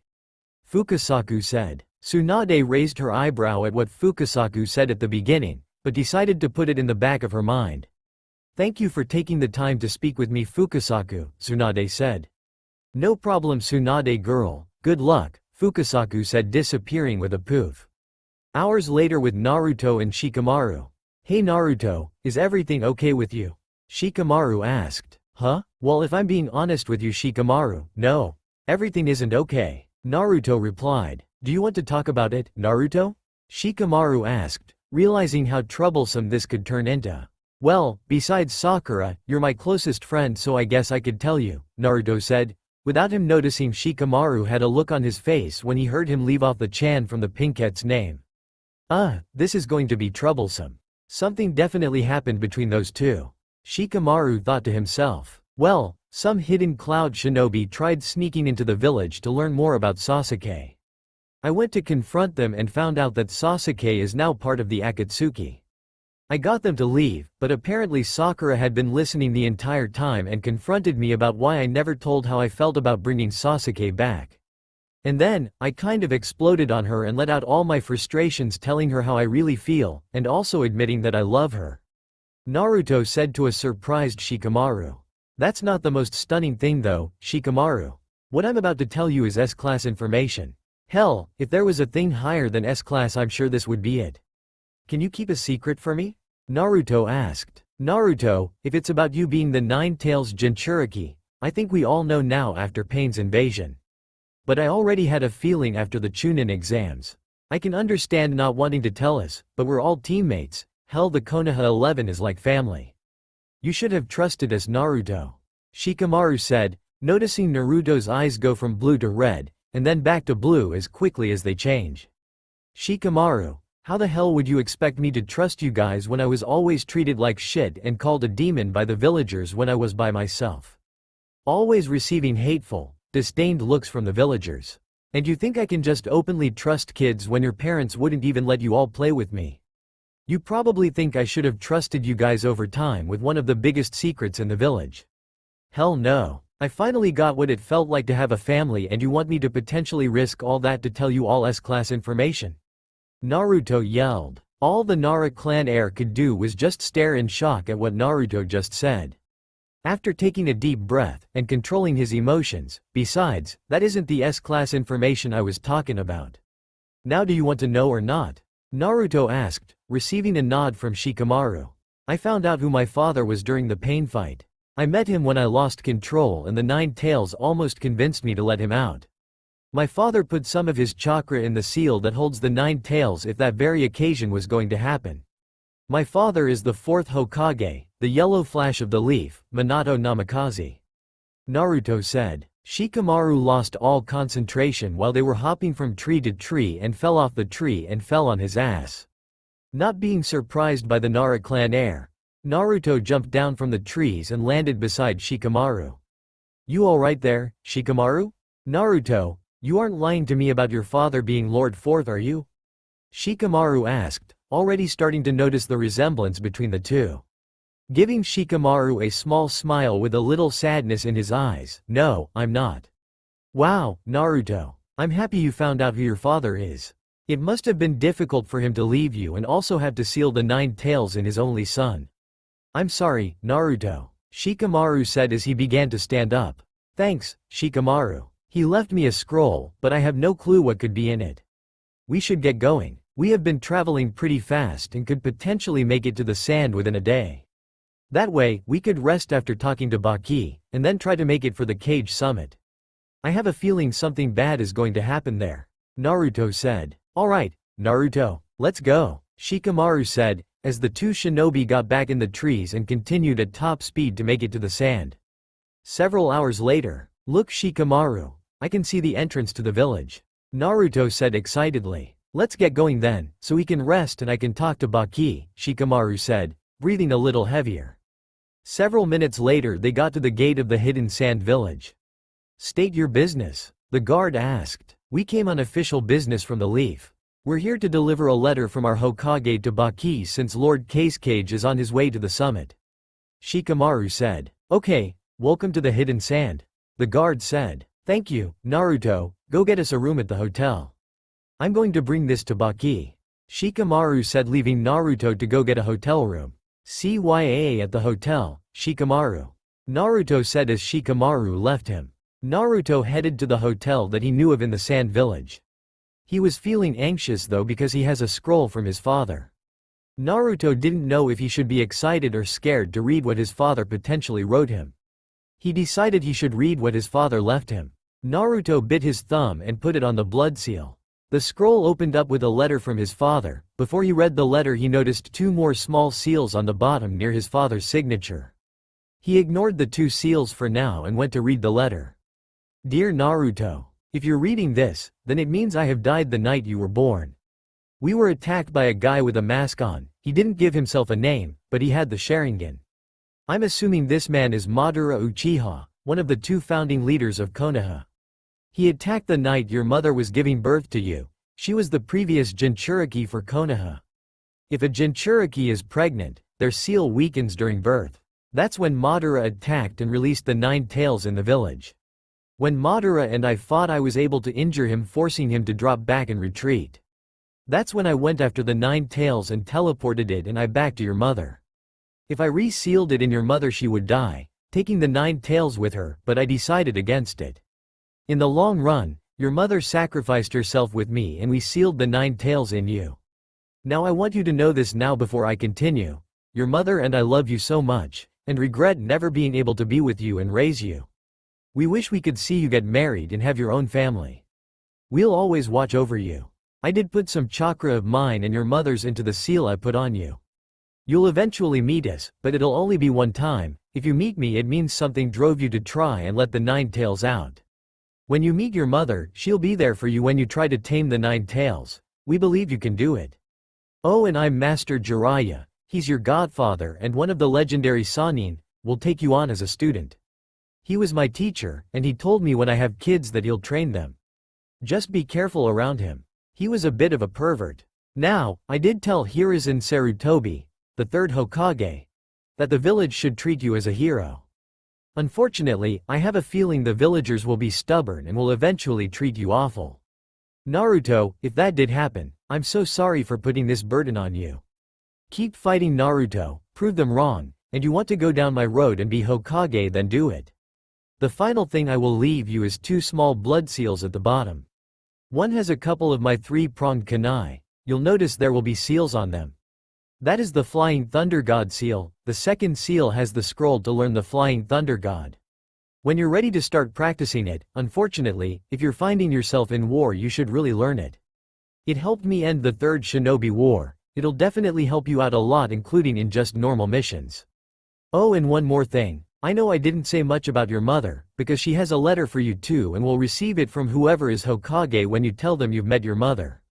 When you do meet her, she'll probably get on to you about finding a woman similar to her to marry. She isn't wrong, and take your mother's advice. I love you, Naruto. From your father, Minato Namikaze. Naruto was heavily crying by the time he reached the end of the letter. He finally knew his parents loved him, although Kakashi-sensei and Granny Tsunade told him they did. He needed to at least read it for himself to fully believe it. Wiping his tears away, Naruto once again bit his thumb and released the blood seals storing the 3-pronged kunais, and the scroll to learn the Flying Thunder God. Naruto grabbed one of the 3 kunai his father left him and examined them. Thankfully, Pervy Sage taught me Fuinjutsu, so I can kind of already understand this seal. But I'm definitely going to need to study the scroll he left. Thanked Kami for Shadow Clone Jutsu. He decided to open the second scroll that held the Flying Thunder God Jutsu. Naruto's eyes went wide, seeing, wow, this is going to be tough to learn, but thankfully he wrote everything out step by step with diagrams on how to do it. I believe Granny said Genma, I think that's his name at least, knows my father's technique. Maybe I can go to him and ask him to help train me on it, at least the basics. As Naruto was thinking, he was knocked out of his train of thought with a knock on the hotel room door. Naruto walked up to open it to see Shikamaru there. Hey, Shikamaru, how did the meeting go? It was such a drag, but he's backing us with full support when it comes to Danzo, Shikamaru said. Alright, Shikamaru, we'll have to leave early if we want to get to the Land of Iron in time. I know it's going to be a 2-day trip, but I don't have a good feeling about the Cage Summit. Something is going to happen there, I just know it, Naruto said. Shikamaru looked and saw Naruto had a few scrolls out and wondered what he could be looking at. Well, I guess we should call it a night then and get some shut-eye. But if you don't mind me asking though, Naruto, what are you reading? Shikamaru asked. Well, my father left me a letter, and it also held some S-class information in it too. I'm sorry Shika, but I'm not ready to say what that is just yet. Naruto said. I'm glad you have something from your father, Naruto, and I hope it helped you out a bit too. This is gonna be such a drag. Good night, Naruto, Shikamaru said. Good night, Shikamaru, Naruto said. Very early the next morning, Naruto woke before sunrise, and got up and went to the bathroom to shower before the start of their journey to the Land of Iron. Meanwhile, Shikamaru started stirring from hearing the shower on. This is going to be so troublesome. Why did Lady Tsunade have to suggest that I go with Naruto? Shikamaru slowly got out of bed and got ready for Naruto to get out of the shower so he could take a quick one after him. He had a hunch that Naruto would want to leave right away. A few minutes later, Naruto walked out of the bathroom to let Shikamaru get cleaned up. It's all yours, Shikamaru. Thanks, Naruto. I figured I'd also take a quick shower so he can head out. Shikamaru said. Awesome, Naruto said, giving him a wide smile with his patent thumbs up. Naruto walked over to his stuff and started to pack his things. He picked up his father's scroll he left along with the Flying Thunder God scroll. He took out his own storage scroll from his back and stored them in his storage scroll. Naruto just waited for the lazy Nara to get out of the shower so they could head out. He couldn't help but get a feeling that either Danzo, the Akatsuki, or both will attack the 5-Cage Summit. I really hope I'm wrong about this, but my gut feelings haven't been wrong often. I just hope we get there and there's nothing wrong. Naruto, I have to agree with you on this. I also have a bad feeling about this, Ninetales said. What's making you all chatty all of the sudden, Furball? Listen here, brat. Just because I feel like talking doesn't mean I've given up on wanting to take over or escape. The Ninetales said, although he was joking. I'm starting to not hate you, Kit. So keep up all the hard work, Ninetales thought to himself. You know Nine Tails, one these days I'm going to find out why you have all this hatred. I'm going to change your mind and have you trust me, you know. The Nine Tails gave a hearty chuckle. Ha ha ha, we'll see about that, brat. But the lazy Nara is about to exit the bathroom. We got to go if we want to make sure nothing bad happens. Hey Nine Tails, thank you for always helping me, Naruto said before leaving his mindscape, leaving a stunned Nine Tails. No problem, kid, the Nine Tails thought to himself. He was knocked out of his thoughts when he saw Shikamaru walk out of the bathroom. Are you ready to get going, Naruto? Shikamaru asked. Yeah, let's go. We're on the clock, Naruto said, as he got and proceeded to leave the hotel room. They got to the village gate and started running to the land of iron. Tsunade, Sakura, and the Hokage protection squad were on standby waiting for Sai's message. Just then a small bird made up of ink showed up with a small scroll attached to it. Tsunade unrolled the scroll and smirked. It's time. Genma, please place the sealing formula on Sakura. I have received notification from Kakashi that the kunai is in place. Tsunade said. Yes, ma'am. Alright Sakura, please hold out one of your hands. Sakura sees the sealing formula on the palm of her hand. Sorry about the tight fit, ladies, but unlike Lord Fourth, it takes all three of us to be able to use the flying Raijin, Rado explained. Are you two ready? Genma asked. Yes. What about you, Sakura? The fifth Hokage asked. Yes, Sakura quickly responded. Alright, let's go, Tsunade said. And with that, they disappeared in a faint flash of light. Opening their eyes they saw Sai and Kakashi. Lady Tsunade, how was the trip over? Kakashi said with an eye smile. Sakura slightly putting her hand on her stomach trying to keep whatever she had down. Tsunade also slightly felt nauseated. I forgot what that felt like since the last time this happened to me was with Minato, Tsunade said. Before we head out to head into the village officially, Sai, Naruto, and Shikamaru are most likely going to head this way. Do you mind meeting them halfway and help them get here faster? Tsunade said. Yes, Lady Hokage, Sai said, departing to meet Naruto and Shikamaru halfway. Now Genma, I have a slight feeling Naruto will come to seek you out, Tsunade said. Why do you say that, Hokage-sama? Genma asked. Let's just say Naruto discovered something recently about his family, Tsunade said. Oh, so the brat finally found out. Well, I guess I'll stay with you then. Genma said. That's fine, alright. Let's get going, Tsunade said, as they walked up to the gates to enter the village. Please state your names, the guard said. Tsunade Senju, 5th Hokage of the Hidden Leaf. Accompanying me as my guard detail are Kakashi Hitaki and Sakura Haruno. This is also Genma Shiranui, he assisted us also, but he won't be coming into the 5-cage summit with me, Tsunade said. That won't be necessary, Mifune cut in. Greetings, Lady Hokage. I am Mifune, leader of the samurai in the Land of Iron. We received a dispatch from the Fire Lord just a little while ago to expect your arrival. It was also mentioned that a man by the name of Danzo Shimura is to be denied entry if he tries to partake in the summit. Is that correct? Mifune said. Yes, Tsunade said. Very good. Please follow me. Mifune said, then looking at the guard. Please make sure that if a man by the name of Danzo Shimura tries to enter the summit, he is to be denied entry. Understood, sir. The samurai said. Also Mifune, I should have 3 more coming, if I know one of them. He probably has a gut feeling something bad will happen and drag the 2 he has with him. Is it okay if you let them through also? Tsunade asked. Normally I'd say no, but since I have a feeling about this then I'll allow them to enter. What are their names? Mifune asked. Naruto Uzumaki, Sai, and Shikamaru Nara, which if something does happen during the summit, his brain will come in handy, trust me on that. Tsunade said. Alright, thank you, we'll be on our way now, Mifune said. Meanwhile, Danzo Shimura is not attending the summit as we originally thought. Zetsu said. Then who is? Sasuke said. Tsunade Senju, the 5th Hokage. Zetsu replied. So that old hag is still kicking, huh? And here I thought that Zetsu told us the leaf was destroyed when Pain attacked, only for Danzo to be named her successor. This complicates my agreement with Tobi. Sasuke thought. Sasuke notices 2 familiar faces accompanying the 5th Hokage. One of his former teammates and sensei. Sasuke was surprised that the busty Hokage had chosen to bring Sakura along instead of Naruto. What are we going to do, Sasuke? Karen asked. We will attack the Cage Summit as originally planned, Sasuke said. Zetsu, tell Tobi to track down Danzo's location.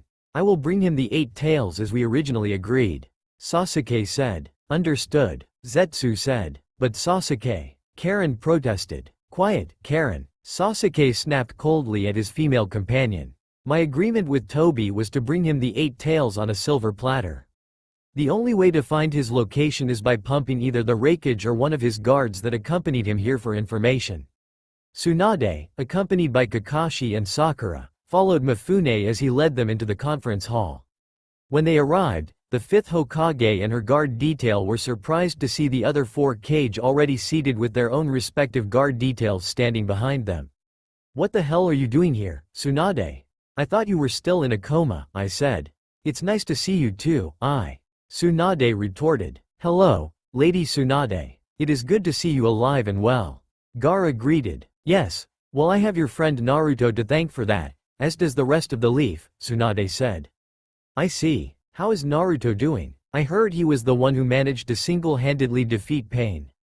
Gaara asked. It's hard to say. Naruto has apparently been quite secluded since his encounter with Pain. I only woke up from my coma not too long ago to find all this out. He and I have talked, he's been going through a lot of personal issues. Tsunade said. That is understandable, he did lose his master who was also his godfather after all, Gaara said. Wait, who is this boy's godfather? Said the Tsuchikage. One of the legendary Sannin, the Toad Sage Jiraiya, which means he was trained by the same person who trained Minato Namikaze. Is that going to be an issue for you, Onoki? Tsunade said, glaring at the Tsuchikage. As long as he's not another Yellow Flash, then I'll indeed be fine with it. Onoki spat out. Let me warn you now, Onoki. If you ever go after Naruto, I promise you right now I'll kill you myself. Tsunade said, releasing her killing intent. Onoki wouldn't lie if didn't get a little frightened from Tsunade's killing intent, but he wasn't going to back down.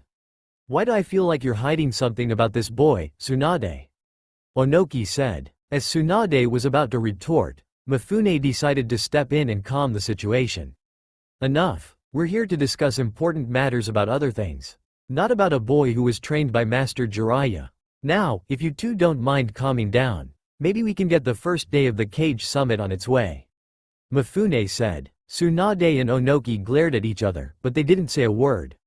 I was hoping for a fight to break out. He never really got to see Tsunade at full strength. He wouldn't have minded seeing what Lord Kazekage Gaara could do. And he also would love to see the lava style of Lady Mizukage Mei. Well, now that everyone is here, I would like to start by thanking you all for taking the time to travel here and partake in this summit. I will be acting as a moderator. The Raikage was the one who called for the convening of the leader of each elemental nation to discuss the threat that the Akatsuki pose. I will now turn it over to him to start the 5-Cage Summit. Mifune said. Thank you, Lord Mifune. The reason I have called for a meeting of each leader of the 5 great nations is to discuss the Akatsuki. Just recently, a 4-man team infiltrated our borders and attempted to kidnap the Hachibi Jinchuriki. The leader of this group was Sasuke Uchiha, a rogue ninja from the Hidden Leaf Village. I began. We need to think of a plan to stop the Akatsuki, Onoki said. Before any of the leaders could pose a suggestion, one of Onoki's guards spoke up. If it's the tailed beasts that the Akatsuki are after, then why don't we just kill the remaining Jinchuriki so they can't follow through with their plan? Kuritsuchi suggested. You have some nerve, girl. One of those Jinchuriki you're talking about is my brother. I said. Though the Raikage and I have had our differences in the past, this is one case where I wholeheartedly agree with him. The Jinchuriki of my village is very dear to me as well. He is the only reason I became Hokage and why the Hidden Leaf is still standing, albeit by a loose thread. He is also a close friend of the Kazekage, who was once a Jinchuriki himself. Be careful who you threaten, insolent girl. Not only would you have me to worry about, but I don't think either of my 2 guards would take kindly to what you're suggesting.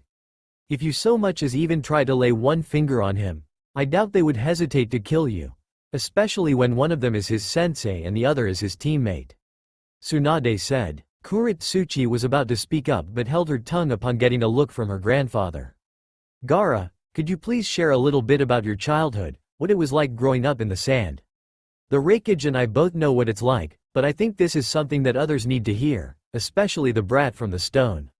Tsunade said. Very well, Lady Tsunade, Gaara said. Kuritsuchi was it? Gaara asked, getting a mere nod from the stone kunoichi. A word of advice. You have no idea what it's like to be a Jinchuriki. The way we're ostracized, looked down upon, and most of all, loneliness.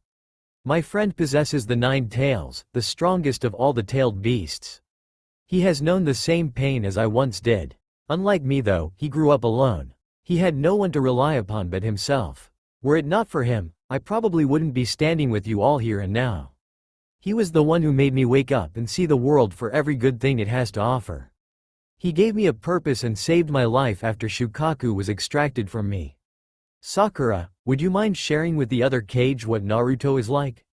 Lady Tsunade has told me that you are the person who is closest to him and knows him better than anyone else. Surely being on a team with a Jinchuriki has given you valuable insight into what Naruto had to endure over the years. Gaara said, making Sakura blush. Sure thing, Lord Cage. And Kuritsuchi, let me say this before I tell you all about Naruto. If you ever try to harm or kill Naruto, I'll destroy you myself. Naruto was bullied, insulted, and treated disrespectfully, even though it was the wish of the 4th Hokage to have him be seen as a hero. The hatred everyone felt for the 9 tails was always taken out on him. Sakura began. All Naruto has ever wanted was to be noticed, and treated like everyone else. But we all shunned him. Our parents told us to stay away from him because he's dangerous. None of us knew that the real reason they wanted us to keep our distance from him was because of him being the Jinchuriki of the 9-tailed fox. We all eventually grew to respect him, once the dead last at the academy to end up being our hero. If it wasn't for Naruto, the hidden leaf wouldn't be around anymore and we'd all be dead. Sakura finished. Kuritsuchi was stunned. How could one boy be so special? If she ever met this Naruto fellow, she was genuinely intrigued and wanted to see what made this guy tick.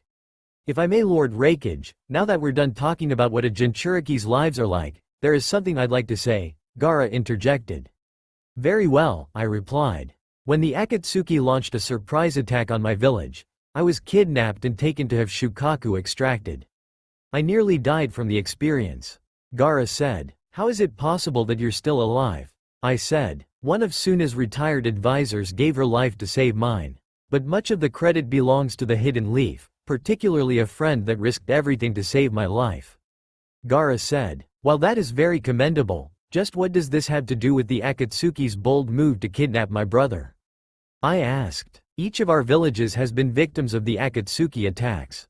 I believe that the only way to combat the threat they pose is by forming an allied shinobi force.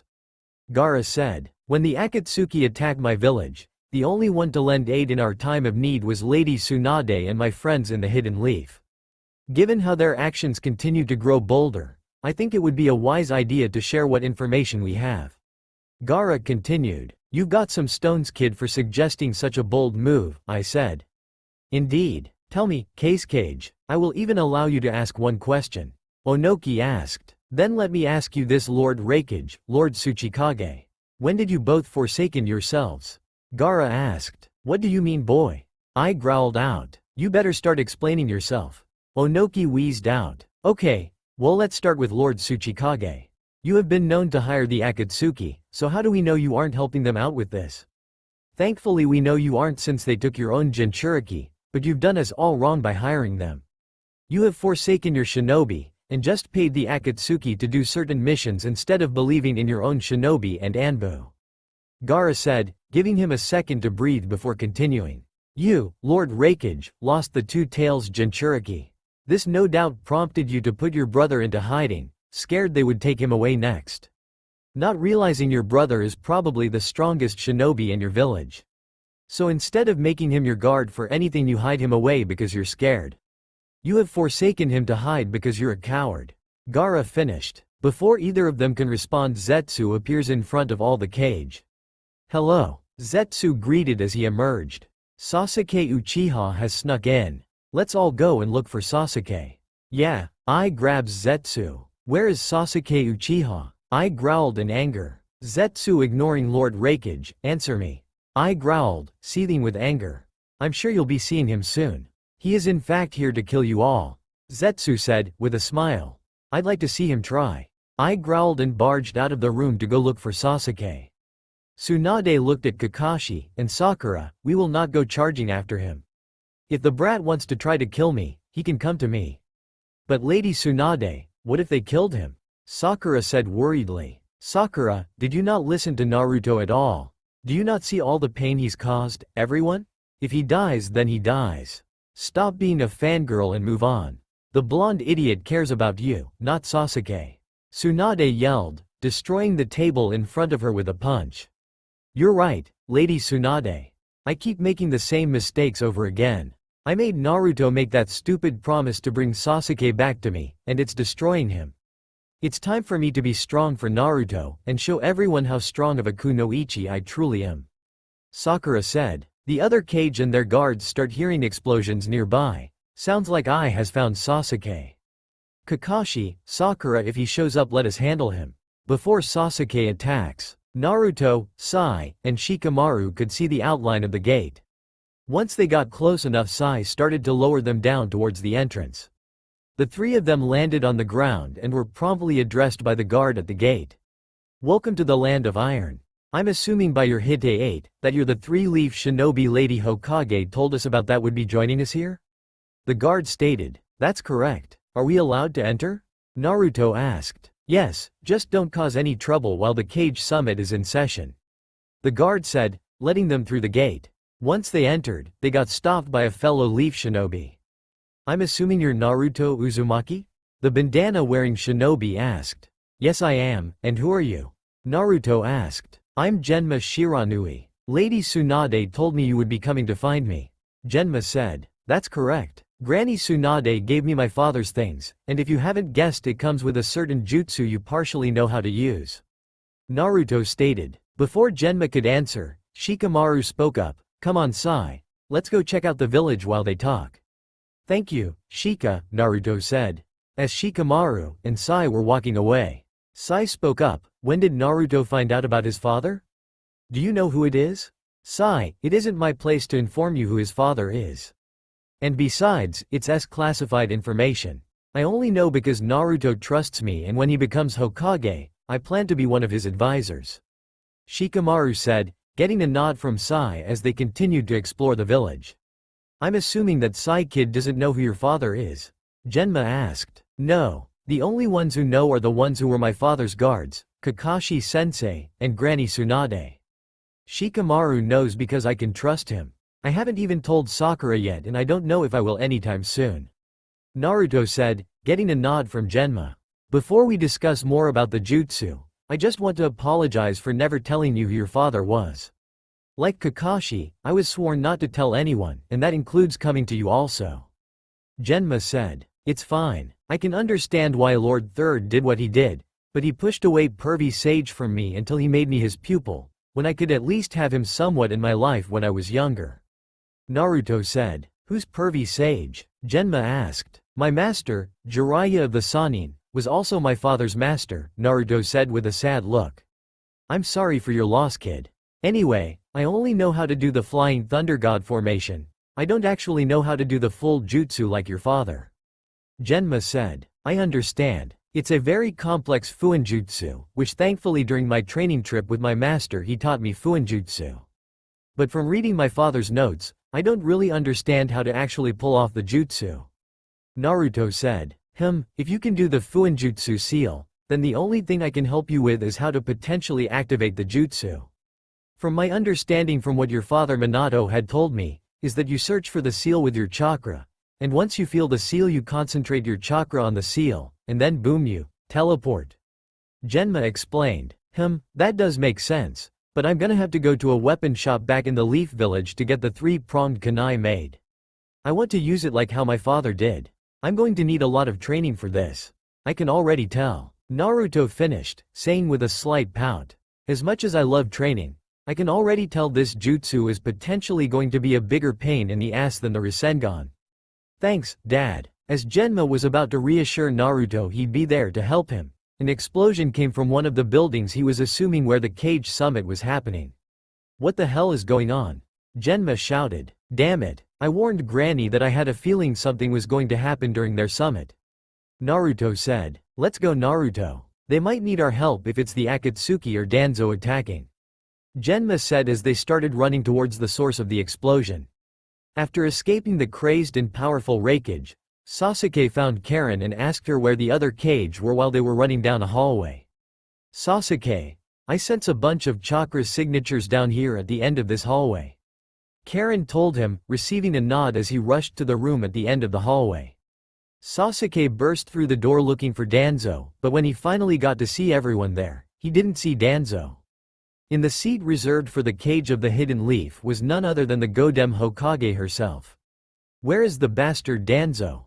I thought you were in a coma, you old hag," Sasuke yelled. "Well, as you can see, I'm very much alive and kicking, you impudent spoiled brat. After I found out what that conniving old bastard was planning to do, declaring himself the 6th Hokage without winning the support of the Jonin, there was no way in hell I was going to sit idle while he drove our village further into the ground. Now as for you, Sasuke, the village would have given you the world, and all the training you need since you were the last Uchiha, but you thought it was better to become a rogue ninja. I should have issued a kill-on-sight order the moment after I learned what you had done in Kumo. Let me be clear, if you even set foot in Konoha again with the intention of capturing or killing Naruto, I will personally see to it myself that you are never heard from again. I don't care whether the elders want to bitch and complain about the last of the precious Uchiha bloodline being killed off," Tsunade said. Sasuke ignored Tsunade's insult and charged forward with Kusanagi in his hand.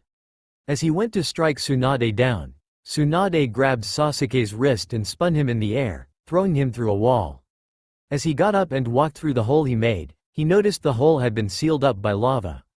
That's when Mei, the Mizukage of the Hidden Mist, decided to make her presence known to the rogue ninja. "Too bad you're a rogue ninja, you're quite handsome. It's a shame we had to defeat you here. Are you sure you don't want to come back to our side?" Mei said, revealing a little bit more cleavage than she usually would. "Stay out of this," Sasuke said, his Mangekyo Sharingan flaring to life. "No? What a shame, at least I can give you a kiss that'll melt you away." Unbeknownst to everyone in the room, the redhead Karen also followed Sasuke into the room. "Who and what are you, you witch? And quit making eyes at him, you old hag," Karen yelled, surprising the pink-haired Kunoichi in the room, and upsetting the Mizukage. "Lord Tsuchikage, if you're not going to participate, keep your head down," Mei said, as she was slowly going through hand signs. "Lava release. Melting apparition technique," Mei thought in her head, not saying her technique out loud. Spewing out a beam of lava over Sasuke and Karen's head. Sasuke being quick knocked Karen out of the way of the attack as he formed a small portion of Susanoo's rib cage to protect him. As the lava fell off of Susanoo, Sasuke saw at the last second Tsunade release a punch on Susanoo's protection, and he once again felt himself go flying through the wall. As he was going through the wall, he saw Karen follow him. "Danzo isn't here and this has become a waste of time. We should leave and regroup. Look for Danzo another time," Sasuke thought. As Sasuke got up from the last wall he went through, Karen was beside him. "Karen, we should leave and regroup. My target isn't here and it wouldn't be wise for us to stay. It would be suicide if we stay any longer," Sasuke said, receiving a nod from Karen as they started to make their escape. "Sakura, Kakashi, go after Sasuke and that girl. Don't worry about me. I sense Genma, Sai, Shikamaru, and Naruto heading this way. Once they get here, I'll debrief them quickly on what has happened, and I'll send Naruto and Sai to back you two up just in case," Tsunade said. "Okay, Lady Tsunade. Tell them if they need a short break to regain some stamina from their trip here to take it. I'm sure we can hold our own just fine," Kakashi said with an eye smile. "Sakura, let's go. We can't give Sasuke time to get even further away from us," Kakashi said, receiving a nod from Sakura as they left Lady Tsunade. Tsunade watched her pupil leave with her sensei. About 10 minutes later Naruto, Sai, Genma, and Shikamaru entered the room. "Granny Tsunade, are you okay?" Naruto said, scanning the room for any potential threats. Unbeknownst to the knucklehead idiot, Tsunade walked over and punched him in the back of the head, knocking him to the ground. "How many times do I need to tell you not call me that? Especially in front of the other Kages, you idiot," Tsunade yelled at him. Onoki looked at the scene playing out in front of him in disgust at what he was seeing.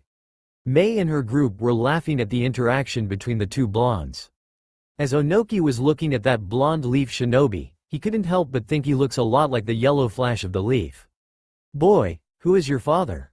Onoki asked Naruto. "Tsuchikage, Onoki, he doesn't know who his father is. He's an orphan," Tsunade said, giving Onoki a glare to back off. "Lady Tsunade is correct, Lord Tsuchikage. I was orphaned because of the Nine Tails attack, and I have a name. It's not boy, it's Naruto Uzumaki, the future Hokage." "Remember it, old man," Naruto said. "How dare you call the Tsuchikage old man? He'd crush you," Kuritsuchi said. Naruto let out a small growl. "And who do you think you are saying something like that? I by myself killed and defeated the leader of the Akatsuki known as Pain. What is your village doing to stop the Akatsuki?" "Well, Leaf Shinobi, if you want to know what they're doing about the Akatsuki, they're hiring them to take out some of their enemies," the Raikage said, rejoining the group. "What?" Naruto yelled. "Naruto, calm down," Tsunade said, trying to make sure the Nine Tails stayed in check. "How can I calm down? They're helping out the enemy, and we want to make a shinobi alliance with them?" Naruto said, as his features started changing. "So this is the Nine Tails Jinchuriki? I thought." "Naruto," Lady Tsunade said, "calm down. We don't need you to lose control, my friend," Gaara said, now entering the room also. "Gaara, how can I keep calm? They might as well be the ones who paid for you to die and for all of us Jinchuriki's death warrants," Naruto said, with red bubbling chakras showing around him. "Damn it, I just sent Kakashi away who has suppression tags on him. This could be bad." Tsunade thought, maybe this will work instead. "Naruto, I need you for a mission right now, and I can't have the Nine Tails running amok. Especially since this mission has to deal with being back up for Sakura and Kakashi who went after Sasuke," Tsunade stated. "Wait, Sasuke was the one that attacked? Not Danzo?" Naruto said while the red chakra started to dissipate.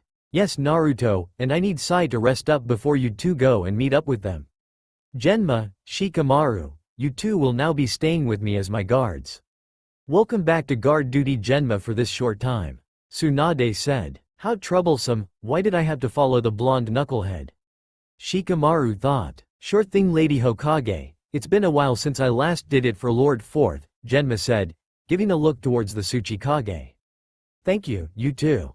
Sai rest for about an hour, but I would send some of you ninja art to start tracking Sakura and Kakashi," Tsunade suggested. "Understood, Lady Hokage," Sai said, bowing before he left the room to go rest. "Naruto, go with him, while we finish our meeting and hopefully can get an alliance formed against the Akatsuki," Tsunade said. "Sure thing, Granny, but if the Tsuchikage even thinks about betraying us, or any of them for a matter of fact think about betraying us, my clan has a debt to collect, and that'd be for killing off my whole clan," Naruto said before releasing some of the Nine Tails killing intent and leaving everyone in the room sweating as he left. "One day, Mizukage, Raikage, and Tsuchikage, you'll explain to me why your village's decision to wipe out my grandmother's and Naruto's clan," Tsunade said. "Wait, he's an actual Uzumaki clan member?" Onoki said in disbelief. "Yes, although he has his father's hair, he has his mother's personality," Tsunade said, giving Onoki a shit-eating grin. "Who are his parents, Tsunade?" I asked. "Sorry, but I can't tell you that. If we all agree to an alliance, however, I'll ask Naruto if he's willing to tell everyone who his parents are," Tsunade said, with another grin as she shrugged her shoulders. "Well, let's get back to work then," Gaara said, as everyone found a seat to sit in that wasn't destroyed. With Sakura and Kakashi. As Kakashi and Sakura were going after Sasuke and that red-headed girl, Sakura's mind was elsewhere after what she just witnessed at the Cage Summit. Sasuke really has changed since he's left the village. Attacking the Cage Summit? I guess Naruto's information was correct. He did join the Akatsuki after all. What am I supposed to do now? You move on. There's nothing left of that childhood crush. He's dark now, and I'm sure if we could sense his chakra color, it would be dark. You know there's someone else out there that you love, but don't want to admit it. Especially after making that stupid promise of a lifetime. We've put him through so much. And how the fuck do you want to go after the blonde knucklehead now? Especially after what he said when we last saw him alone together. He hates me, and probably would rather be with someone else like Hinata or Ino. I've caused him so much pain, why would he want to still be with me? You really are an idiot, you know. Naruto has been in love with you ever since he first laid eyes on you. You're Naruto's love at first sight, the boy would do anything for you still. Naruto isn't an idiot anymore. Master Jiraiya actually trained him on his 3-year training trip. Remember when we first saw him when he returned? Flashback. Sakura was finishing picking up reports from Izumo and Kotetsu when they informed her that she might recognize a certain blonde has returned. She was now running through the village if she could sense or find that certain blonde they were talking about. She finally found him when she looked up to see him on top of a telephone pole. Naruto, is that you? Sakura called out, getting her blonde-haired teammate's attention. The blonde-haired whiskers boy looked down on her and couldn't help but smile. He jumped down from the telephone pole. Hey, Sakura-chan, it's been so long. Naruto greeted his old friend. That it has, Naruto. It's been 3 years just about. So what do you think, Naruto? Have I become more womanly? Sakura asked with rosy cheeks. Sakura, you look more beau. Naruto didn't get to finish what he said because Konohamaru and his group ran into him. Hey, watch where you're going. Konohamaru yelled. Konohamaru, is that you? Naruto said, looking down on the fallen Konohamaru. What do you think, Naruto-kun? Konohamaru seductively asked. Naruto could only shake his head as heard his pervy sensei fall over with a massive nosebleed, and then he could feel the destructive cold aura coming from the pinkette next to him. Konohamaru, please release that jutsu. I'm not the same brat that I once was 3 years ago. I've changed thanks to pervy sage's training and mentoring. I surprisingly have matured and gotten smarter. Plus, if you don't reverse the jutsu, Sakura-chan will kill you, and I wouldn't want that. Naruto said with a smile. Sakura couldn't help but think how much this 3-year training trip did to help mature and smarten him up. Well, Naruto, I have reports to bring back to Tsunade Shisho. I'll see you two later. Sakura said as she turned away from Naruto to head to the Hokage's office. Actually, Sakura, we need to go report into Tsunade Heim as well. Do you mind if we join you? Jiraiya asked. Oh sure, Master Jiraiya. Sakura said with a smile, as Naruto walked by her side to head to the Hokage's office. So Naruto, what did Master Jiraiya teach you? Sakura asked with curiosity. Well, he's a hard ass when it comes to training. I learned a lot, especially improved chakra control. I can now do the Rasengan with one hand instead of needing a clone.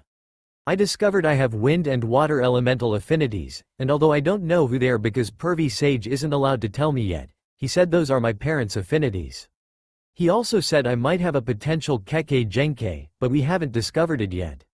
I also spend a lot of time learning Fuinjutsu. He said it's my clan's specialty, so it's not surprising that I have an affinity towards it. I've learned some ninjutsu to my elements, and the next step is to try to incorporate my elements with the Rasengan. What else is there? Oh, when I'm ready, the toads want me to become the next toad sage. Anyways, I think that's it for now on what I learned.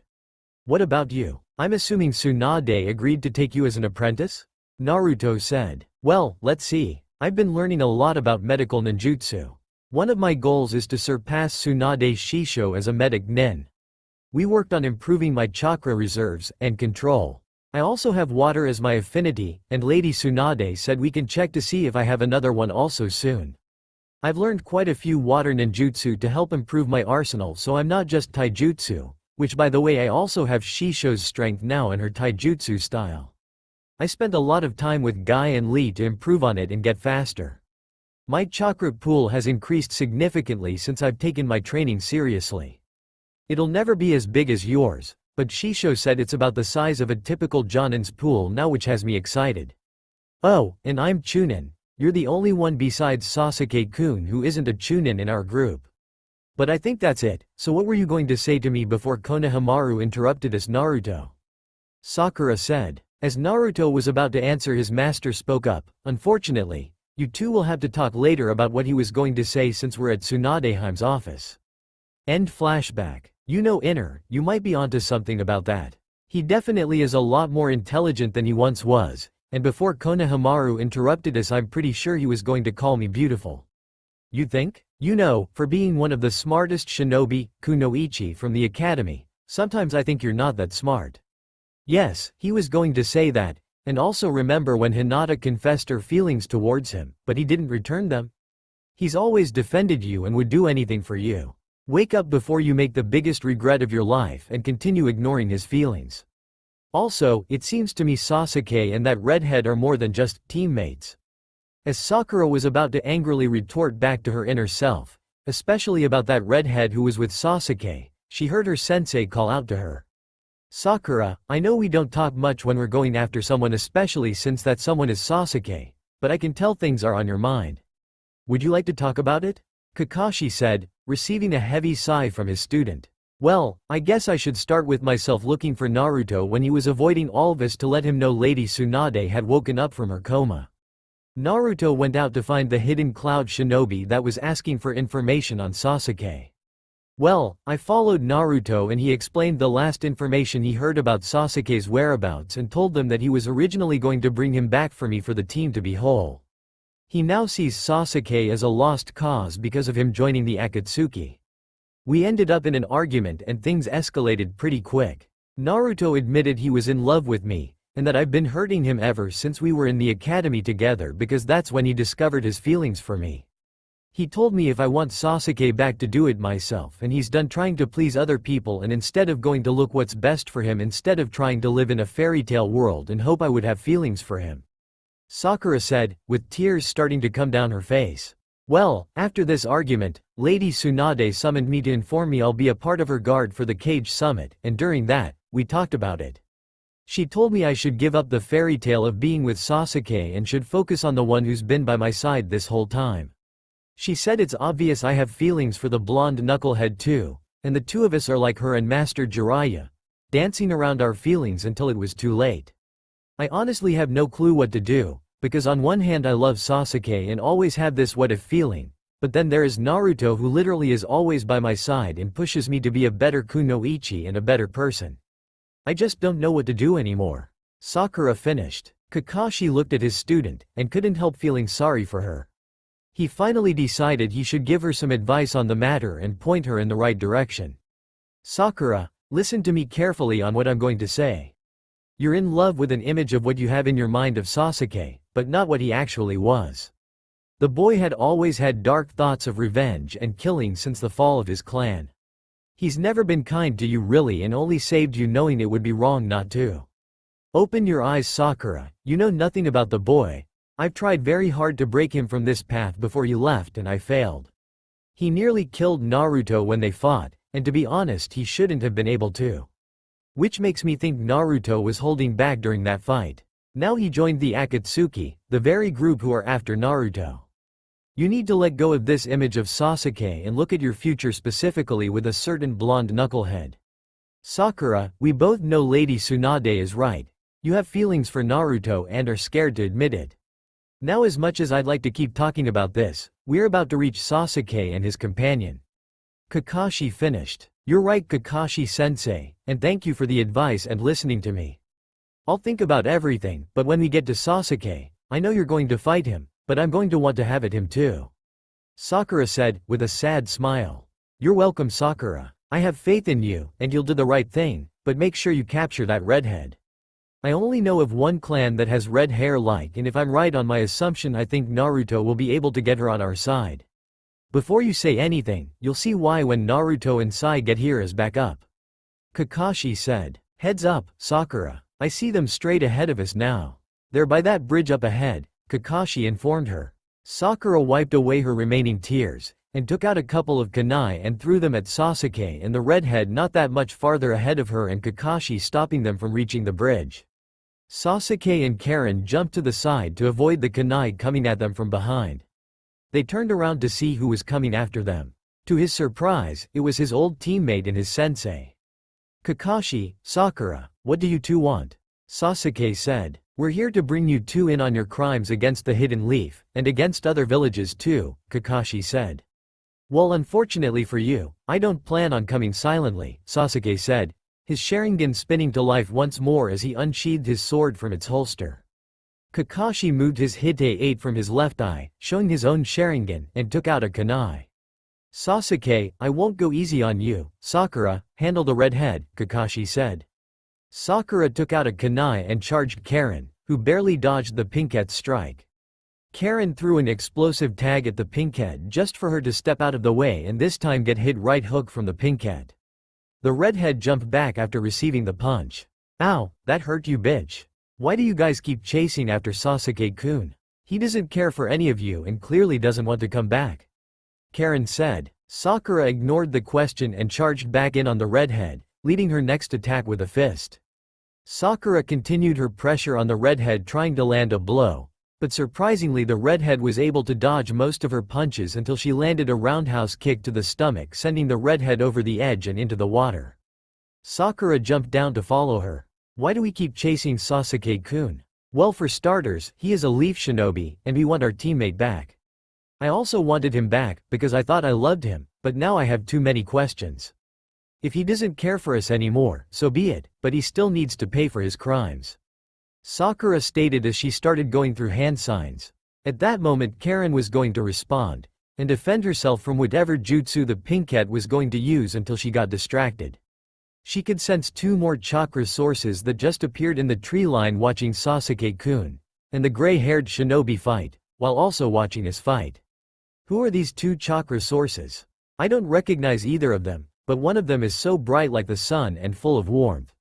Karen was going to continue with her thought until she was broken out of it by Sakura's jutsu. Water release. Water prison, Sakura said, causing Karen to be taken into a big ball of water, forced to hold her breath. Don't worry redhead, I'm not going to kill you. I'm going to wait for you to be close to drowning before I knock you out and tie you up. Then I'll bring you and Sasuke-kun back to the Hidden Leaf Village. Sakura stated. After a minute she noticed the red-haired was about to drown. She released the jutsu and knocked the redhead out. Sakura tied Karen up, and quietly brought her back up over the edge she kicked her off of and brought her over to the trees at the edge of the cliff they went over. Sakura noticed that Sasuke was too focused on fighting her sensei to see what happened. Meanwhile Kakashi vs Sasuke. Hello Sasuke, Kakashi said. Kakashi, why did you guys follow after me? I'm stronger than you now, why even bother?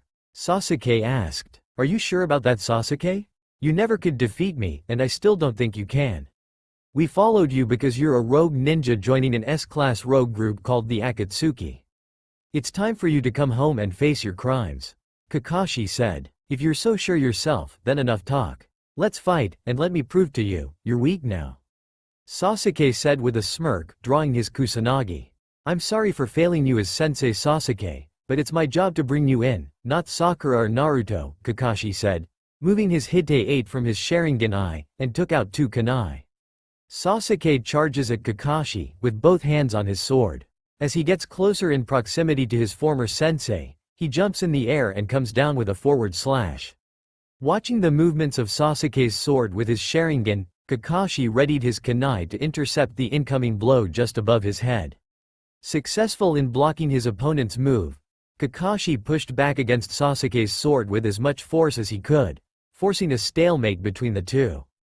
Deciding not to keep testing who was stronger, Sasuke pulled his sword away quickly, throwing a kick to Kakashi's midsection, making him step back a few feet. Making sure not to let Kakashi catch his breath, Sasuke charged in again and sent a horizontal slash, making an impact on Kakashi's arm. Thinking he succeeded in hitting his former sensei, he let out a smirk only to see Kakashi replaced with a log. Sasuke started looking to see if he could sense his sensei anywhere, only to feel hands on his ankles and pull him into the ground. Tisk tisk Sasuke, following for old. Kakashi didn't finish what he was saying when the Sasuke in front of him disappeared in a puff of smoke. Kakashi was about to look for his former student until he received a kick in the back, sending him towards the other end of the bridge. Kakashi was about right himself and landed softly until he was once again kicked, but this time in the gut, sending him straight in the air, and once again receiving a kick on his back, rocketing him down to the bridge. Kakashi at the last second was able to right himself and land on his feet, but went to one knee with a hand on his stomach. I'm getting too old for this shit, Kakashi thought to himself as he looked up to see Sasuke rushing through hand signs. Fire release. Great fireball jutsu, Sasuke said. End technique at the end really sounds stupid over it saying jutsu. Damn it, I don't have time to counter this with my own, I'll just have to reveal Kamui. Kakashi thought to himself as his Sharingan changed. Kamui, Kakashi yelled, forcing the giant fireball to be swallowed into a vortex, disappearing. "How the hell do you have a Mangekyo Sharingan, Kakashi?" Sasuke said. "I'm really low on chakra right now. After using Kamui, I really need to get back to training to increase my stamina since war is on the horizon." Kakashi thought to himself, panting, ignoring his former student. Sasuke was getting impatient with his former sensei. "Fine, if you aren't going to tell me, Kakashi, I'll just kill you and take your eye." Unbeknownst to Sasuke and Kakashi, Sakura was sneaking up behind Sasuke with a kunai in hand. As Sakura was getting ready to stab Sasuke, the redhead decided to wake up and see what Sakura was about to do to Sasuke. "Sasuke, watch out behind you," Karen yelled. Sakura knew she had to be quick, so she quickly thrust the kunai in Sasuke's back to only have him disappear in smoke, leaving along in place. "Ah, so one of the weakest kunoichi in the village thought she could try to take me. Sakura, when are you going to realize you're useless and always will be?" Sasuke said. "If you think I'm so weak, Sasuke, why not prove it to me and take me out right now?" Sakura said. "Fine, you asked to die, just remember that," Sasuke said, going through hand signs. "Last time I checked, she never really trained, so she probably knows no jutsus. This should be easy," Sasuke thought to himself. "Fire release, Great Dragon Fire Jutsu," Sasuke said, sending a huge fire dragon head at Sakura, not realizing Sakura was going through hand signs. "I bet Sasuke thinks I decided to never train when he left. Guess I'll just use this to my advantage. I really need to thank Lady Tsunade to force me to learn more than just medical ninjutsu and her super strength," Sakura thought. Flashback. "Sakura, I'll make you my apprentice, but you're going to have a long road ahead of you, besides teaching all my medical and medical ninjutsu knowledge. I will be teaching ninjutsu based on your elemental affinity. The Gaki's teacher, aka Jiraiya, made me realize that if I want to be an even stronger kunoichi, I really needed to add ninjutsu to my arsenal," Tsunade said, taking a quick breath. "Now we're going to find your elemental affinity. Assign you ninjutsu scrolls of your elemental affinity that I want you to learn. While you're doing that, we're going to work even harder on your chakra control. I'm also going to help you increase your chakra pool. You won't ever have one as big as Naruto's, as no one will actually come close to him for specific reasons I can't tell you, but you'll at least be close to Sasuke." Tsunade finished as she handed Sakura some elemental chakra paper. "Push your chakra into the paper and we'll figure out what elemental affinity you have. As you get older you have a chance of having a second element, so when you turn 15 we will check again," Tsunade said as she watched Sakura push her chakra in the paper, making it damp. "Well, Sakura, it looks like you have one of my elements. You have a water affinity." "Alright Sakura, let's get started, shall we?" Tsunade said with a smirk. "Yes, Shishuo," Sakura said excitedly. End of flashback. Water release. Water Dragon Bullet Jutsu. Sakura yelled, sending a massive water dragon towards the fire dragon's head. Sasuke was in shock seeing the water jutsu, let alone it was as strong as his jutsu and could have easily overpowered his jutsu if she drew on some of the water around her. As Sasuke was dumbfounded at his former teammate, he didn't pay attention to her charging forward with a chakra-enforced punch that proceeded to hit him in the stomach, forcing him to his knees in front of Sakura with a kunai at his neck. "I don't know if you noticed, Sasuke-kun, but I'm not weak anymore. I didn't even put full power in my water jutsu since I didn't use the water around us, and I barely used any of my chakra for my enhanced punch. Maybe it's you that's weak now instead of me. Lady Tsunade trained me to be able to surpass her eventually, although I don't think I will. It is nice to have someone putting confidence in me besides Naruto. You know, Sasuke, I loved you and would have done anything for you, but I don't think I can continue living in this fantasy world with having you come back and realizing you love me. I recently realized my mistakes and have been pushing away and turning down the one person who sees me as an equal and loves me for who I am. I was denying his advancements every chance I could because of you, and since I did, I potentially lost that friendship, and the one person I realized I also have true feelings for," Sakura said, with tears in her eyes. "Maybe you don't have to live in that fantasy world anymore, Sakura? You showed me how strong you are now, and you're clearly not useless anymore. How about instead of going back to the village, why not come with me instead?" Sasuke said. "What did you just ask, Sasuke-kun?" Sakura asked, shocked at what she just heard, not realizing the grip on her kunai was loosening. I said you don't have to live in that fantasy world anymore, be mine Sakura. You'll, unfortunately, have to leave the Leaf Village, but we can finally be together like you wanted. Sasuke said with a smirk. She couldn't help but be in shock and couldn't understand what Sasuke was trying to say. Does he mean it? Does he want to be with me now that he doesn't realize I'm useless? Sakura thought. If you do this, you'll forever lose Naruto and your parents.